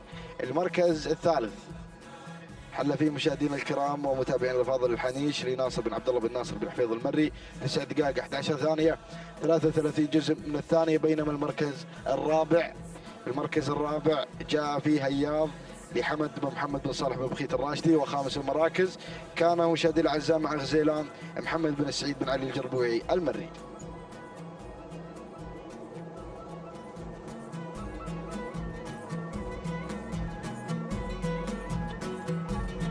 بسم الله الرحمن الرحيم، وعلى بركة الله نستعين. مشاهدينا الكرام متابعينا الأعزاء، انطلق على بركة الله وتوفيقه الشوط 17 وهو شوط ما قبل شوط الختام في تحديات جميلة على ميدان الشحانية لسباقات الإجن ومنافسات السباق المحلي السادس. يسير هذا الشوط ونتابع هذه الانطلاقة مع سن الإذاع على مدار 6 كيلومترات. شوط للابكار يحمل لنا تحدي جديد ومنافسة رائعة. نبدأ مع المقدمة مع الصدارة مع البداية الأولى لنتابع الأسماء المنطلقة في هذا الشوط مع شعار العطية على مقدمة الشوط. من ينطلق بالمركز الأول والصدارة يقدم لنا تحديات البداية. هذه فزعة خليفة بن علي بن حمد العطية من ينطلق هناك مع المركز الأول، من يقدم فزعة في مقدمة هذا الشوط. بينما النقلة مع المركز الثاني نتابع في ثاني المراكز مشاهدينا الكرام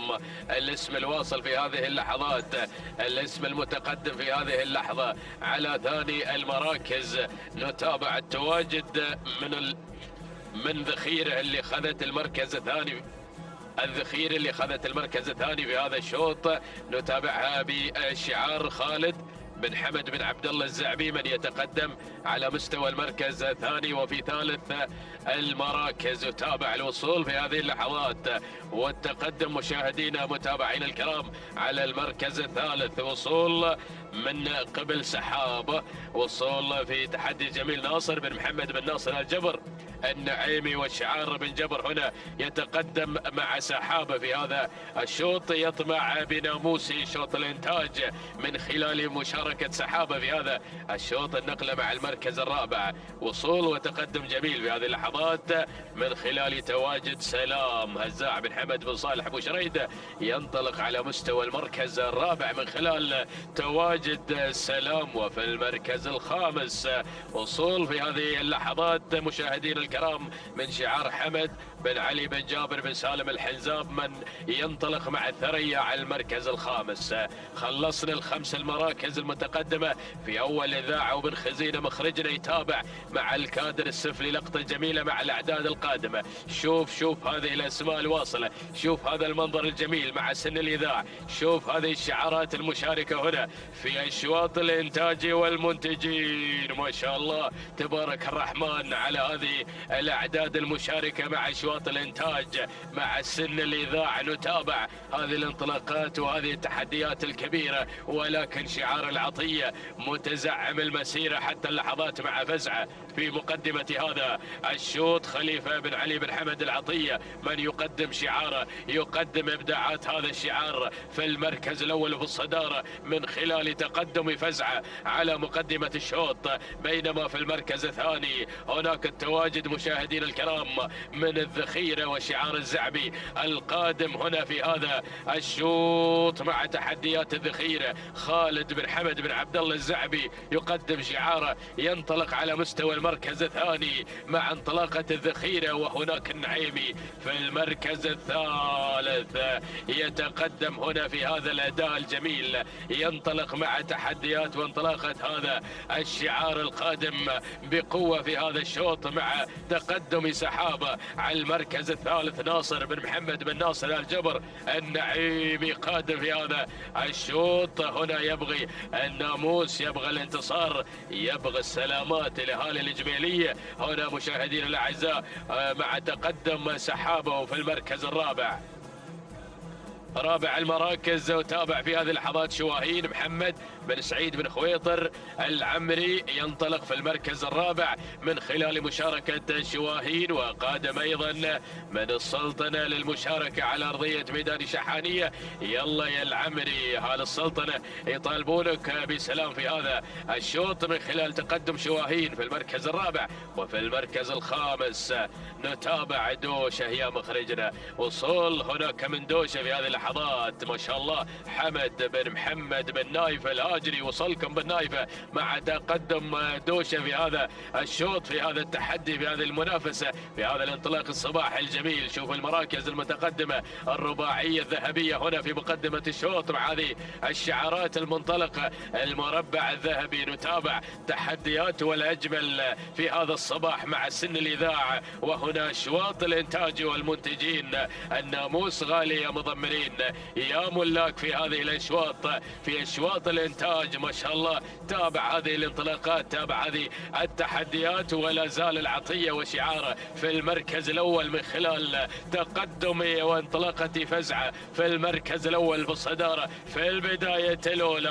ما شاء الله تبارك الرحمن على هذا الانطلاق منذ أول ندى حتى اللحظات وهي في المركز الأول، مصرة كل الإصرار لأن تتوج بطلة لهذا الشوط. هنا مشاهدين الأعزاء خليفة بن علي بن حمد العطية من ينطلق في المركز الأول في تحديات فزعة في المقدمة وفي الصدارة، ولكن الملاحقة تأتي هناك من شواهين القادمة والعانية من السلطنة مع شعار العمري المتقدمة في هذا الشوط. محمد بن سعيد بن خويطر العمري من يقدم تحديات المركز الثاني من خلال مشاركة شواهين في تحديات هذا الشوط. وفي المركز الثالث تواجد وتحدي من شعار بن نايفة القادم مع دوشة. حمد بن محمد بن حمد بن نايف الآجري ينطلق في المركز الثالث. وفي رابع المراكز شعار النعيمي مع سحابة ينطلق هنا ناصر بن محمد بن ناصر الجبر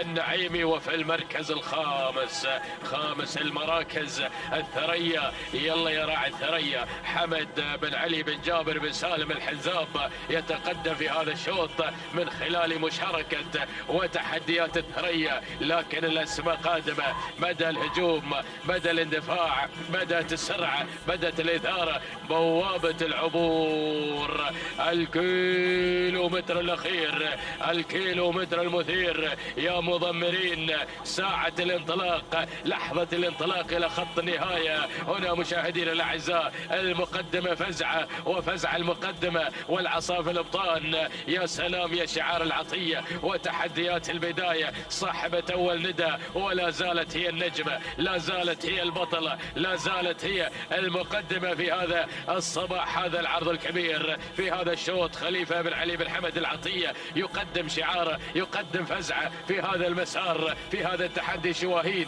في المركز الثاني، في المركز الثالث وصلت العنود علي بن راشد بن علي آل سلعان المري خادمه في اول اذاعه، وفي المركز الرابع ثريا، ولكن عوده الى المقدمه، عوده الى الصداره، الى البدايه. ما شاء الله يا فزعه والعصا في الابطان، دفع ذاتي واداه تلقائي على مقدمه الشوط. الله الله الله الله، يا سلام على اداء الكبير، يا سلام على اداء المثير مع فزعه. خليفه بن علي بن حمد العطيه ينطلق هنا، وهذه مشاهدي الاعزاء لحظه اصدار الاوامر والتعليمات. مشكور يا بن زويد يا من تتابع فزعه هنا مع اللحظات الاخيره. سلام العطيه، سلام العطيه، سلام سلام فزعه، سلام. العرض النهائي امام الجمهور، تهانينا والناموس تصل الى نقطه الصفر والى خط النهايه. معلن الفوز والانتصار، تهانينا لخليفه بن علي بن حمد العطيه على فوز فزعه بالمركز الاول. وفي ثاني المراكز كان الوصول من العنود علي بن راشد بن علي آل سلعان المري. المركز الثالث من وصلت الثريا حمد بن علي بن جابر بن سالم الحزاب. المركز الرابع، رابع المراكز مشاهدينا الكرام، وصلت شواهين محمد بن سعيد بن خويطر العمري. المركز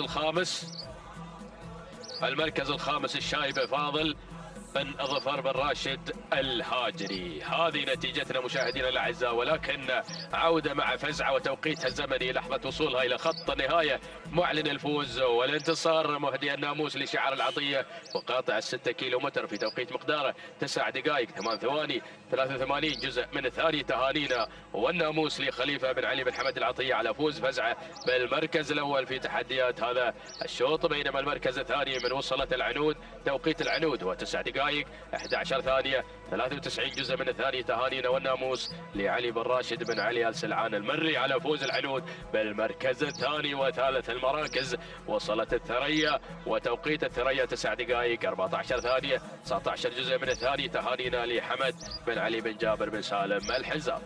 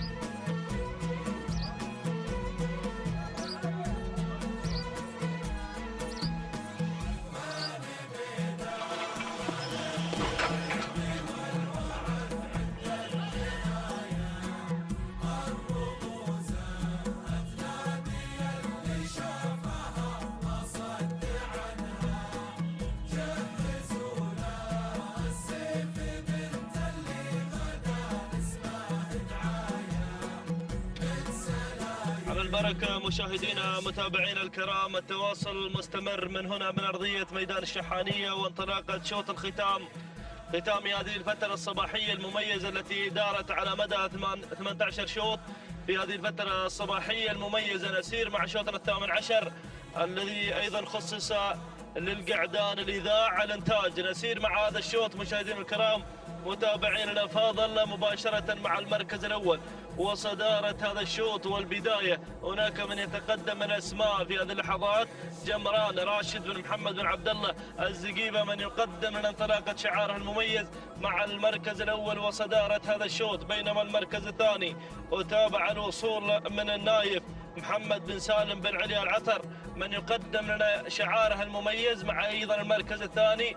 المركز الثالث وصول وتقدم مشاهدينا الكرام، أيضا اللي قادم مع المركز الثالث في هذا المسار وصول وتقدم من خطام محمد بن سعود بن ناصر العجمي، وختام هنا من يتقدم في هذا المسار المميز والجميل. تابع المركز الرابع وصول وتقدم في هذه اللحظات من قبل اللي واصل في هذا المسار المميز والجميل مشاهدينا الكرام، من يتقدم في هذه اللحظات. هناك اللي واصل بتحديات المميزة والجميل الأوسيل راشد بن سالم بن جار الله بن سالمين المري، يصل مع المركز الرابع والمركز الخامس، وتابع الوصول أيضا والقدوم في هذا المسار المميز والجميل والرائع. واصل هنا ويتقدم في هذا المسار المتحد عبد الرحمن بن محمد بن مسفر بن محميد الجربوعي، يصل أيضا بتحدياته المميزة والجميلة من خلال هذا التواجد الجميل. هكذا هي الأسماء الخمسة الأولى المتقدمة في هذا المسار. نعود مع البداية مشاهدينا الكرام مع صدارة هذا الشوط. البداية مع جمران من يتقدم في هذا المسار، هنا راشد بن محمد بن عبد الله الزقيبة من يقدم لنا شعاره وتحدياته المميزة والجميلة مع البداية. المركز الثاني النايف من يقدم لنا أيضا انطلاقة محمد بن سالم بن علي العتر، من يقدم أيضا انطلاقة شعاره المميز والجميل مع المركز الثاني. المركز الثالث وصول من المتحد عبد الرحمن بن محمد بن مسفر بن محميد، يصل شعار المحميد أيضا يقدم لنا هذا الانطلاق المميز والجميل. بينما المركز الرابع اللي واصل مع المركز الرابع في هذا المسار المميز والجميل، هنا الأوسيل راشد بن سالم بن جار الله بن سالمين مع المركز الرابع. المركز الخامس وصول من شعار العجمي، يقدم لنا تحديات أيضا شعاره حمد بن سعود بن ناصر العجمي مع المركز الخامس في هذا المسار المميز والجميل. هكذا هي الأسماء المتقدمة الأولى في هذا المسار الرائع والجميل مع شوط الختام. مشاهدينا الكرام، متابعين الأفاضل عشاق الأصالة والتراث، محبين رياضة سباقات الهجن العربية الأصيلة، ولكن عودة مع البداية. النايف اللي غير وانتقل انتقاله مباشرة مع المركز الأول وصدارة هذا الشوط محمد بن سالم بن علي العطر، من يقدم أيضا انطلاقة شعاره هناك مع صدارة هذا الشوط ليكون قائدا في مسار وتحديات هذا الشوط. المركز الثاني القدوم من المتحد مع شعار بن محميد عبد الرحمن بن محمد بن مسفر بن محميد الجربوعي، بينما يتابع المركز الثالث شعار بن سالمين، يقدم لنا ايضا الأوسيل في هذا المسار المميز والجميل من خلال تواجد الأوسيل راشد بن سالم بن جار الله بن سالمين المري. بينما المركز الرابع يتدخل شعار بن حلفان، يقدم لنا ايضا انطلاقة شعار المميز والجميل من خلال تواجد هذا الاسم. مشاهدينا متابعين الكرام، واصل هنا في هذا الانطلاق المميز والجميل ايضا الكايد علي بن راشد بن سعيد ال بريس المري. بينما الوصول والدخول في هذه اللحظات من اللي قادم في هذا المسار من ميمنة الميدان، يتدخل هنا وذنان جابر بن بخيت بن ثويني الجربوعي، يصل ايضا بن ثويني مقدما لنا ايضا انطلاقة شعاره المميز والجميل والرائع. هناك يتابع المركز الخامس اللي واصل من ميمنة الميدان، اللي قادم في هذا المسار شاهين سعد بن نهار بن ناصر بن ماجد النعيمي. هكذا هي الاسماء مشاهدينا الكرام، متابعين الافاضل، ولكن عوده مع البدايه، عوده مع اللي غير وانتقل انتقاله مباشره نحو صداره هذا الشوط في هذا الانطلاق والمسار المميز. وذنان جابر بن بخيت بن ثويني الجربوعي من يقدم لنا ايضا انطلاقه شعاره الجميل والرائع مع المركز الاول. بينما المركز الثاني وصول وقدوم مع ثاني التحديات اللي واصل. شوف اللي قادم في هذا المسار، اسم جديد ينضم، ووصل شعار المنافس منخس يقدم لنا انطلاقة أيضا مرحب عبد العزيز بن كردي بن طالب. آل منخس أيضا يصل في هذا المسار، يقدم لنا هذه أيضا الأداء الرائع والجميل مع المركز الثاني. المركز الثالث وصول من شعار العجمي، يقدم لنا أيضا انطلاقة شعاره من خلال تواجد اختام حمد بن سعود بن ناصر العجمي أهالي دولة الكويت، يقدمون لنا أيضا هذا الاسم مع المركز الرابع من خلال هذا التواجد الجميل مع المركز الرابع. المركز الخامس وتابع الوصول من لوسيل راشد بن سالم بن جار الله بن سالمين المري، يقدم لنا لوسيل مع المركز الخامس. ولكن شوف اللي تسلل ووصل شعار العطية ضرغام خليفة بن علي بن حمد العطية الذي قدم لنا أيضا أحد الأسماء في الشوط الماضي، يصل هذا الشعار ويقدم لنا أيضا انطلاقة ضرغام في هذا المسار المميز والجميل. يا سلام، هكذا هي الأسماء مشاهدينا متابعينا الكرام. ولكن العودة مع البداية، العودة مع المركز الأول، صدارة هذا الشوط. مرحب عبد العزيز بن كردي بن طالب آل منخس المري، روح يا أبو سعود هناك مع البداية مع المركز الأول، يقدم لنا هذا الأداء المميز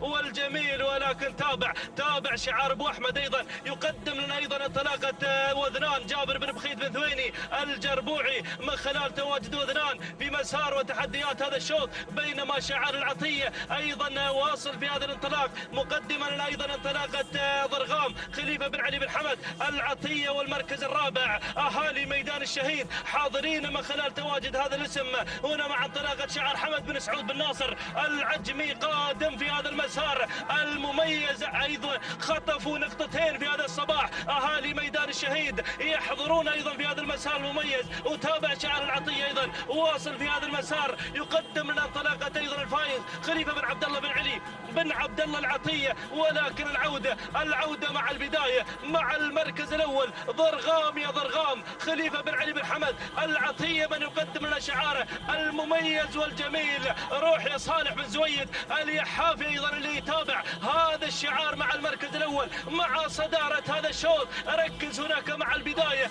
بينما أتابع اللي واصل مع المركز الثاني شعار المنخس من خلال تواجد هذا الاسم أيضا قادم مع المركز الثاني. مرحب عبد العزيز بن كردي بن طالب آل منخس المري. ولكن شوف اللي وصل مصيحان عبد الله بن سعيد بن تخيل ابو صلعه، وصل ابو صلعه. نعم، هنا يصل بتحديات المميزه والجميله. ولكن شوف ايضا اللي قادم، وصل شعار العطيه يقدم لنا هذا الاداء المميز والجميل. وايضا وصول من الجانب الاخر مثل سالم بن عبد الله بن سعيد بن محمد البخيت يصل في هذا المسار. لكن العوده مع ضرغام الله يا سلام، شعار العطيه يقدم لنا ضرغام في هذا المسار المميز والجميل. خليفة بن علي بن حمد العطية مع المركز الأول. ولكن مصيحان يضغط على الصدارة مع ثاني التحديات عبد الله بن سعيد بن تخيل أبو صلعة، والعطية قادم. ولكن ضرغام مع البداية ما طاع يسلم الصدارة. ضرغام مع المركز الأول.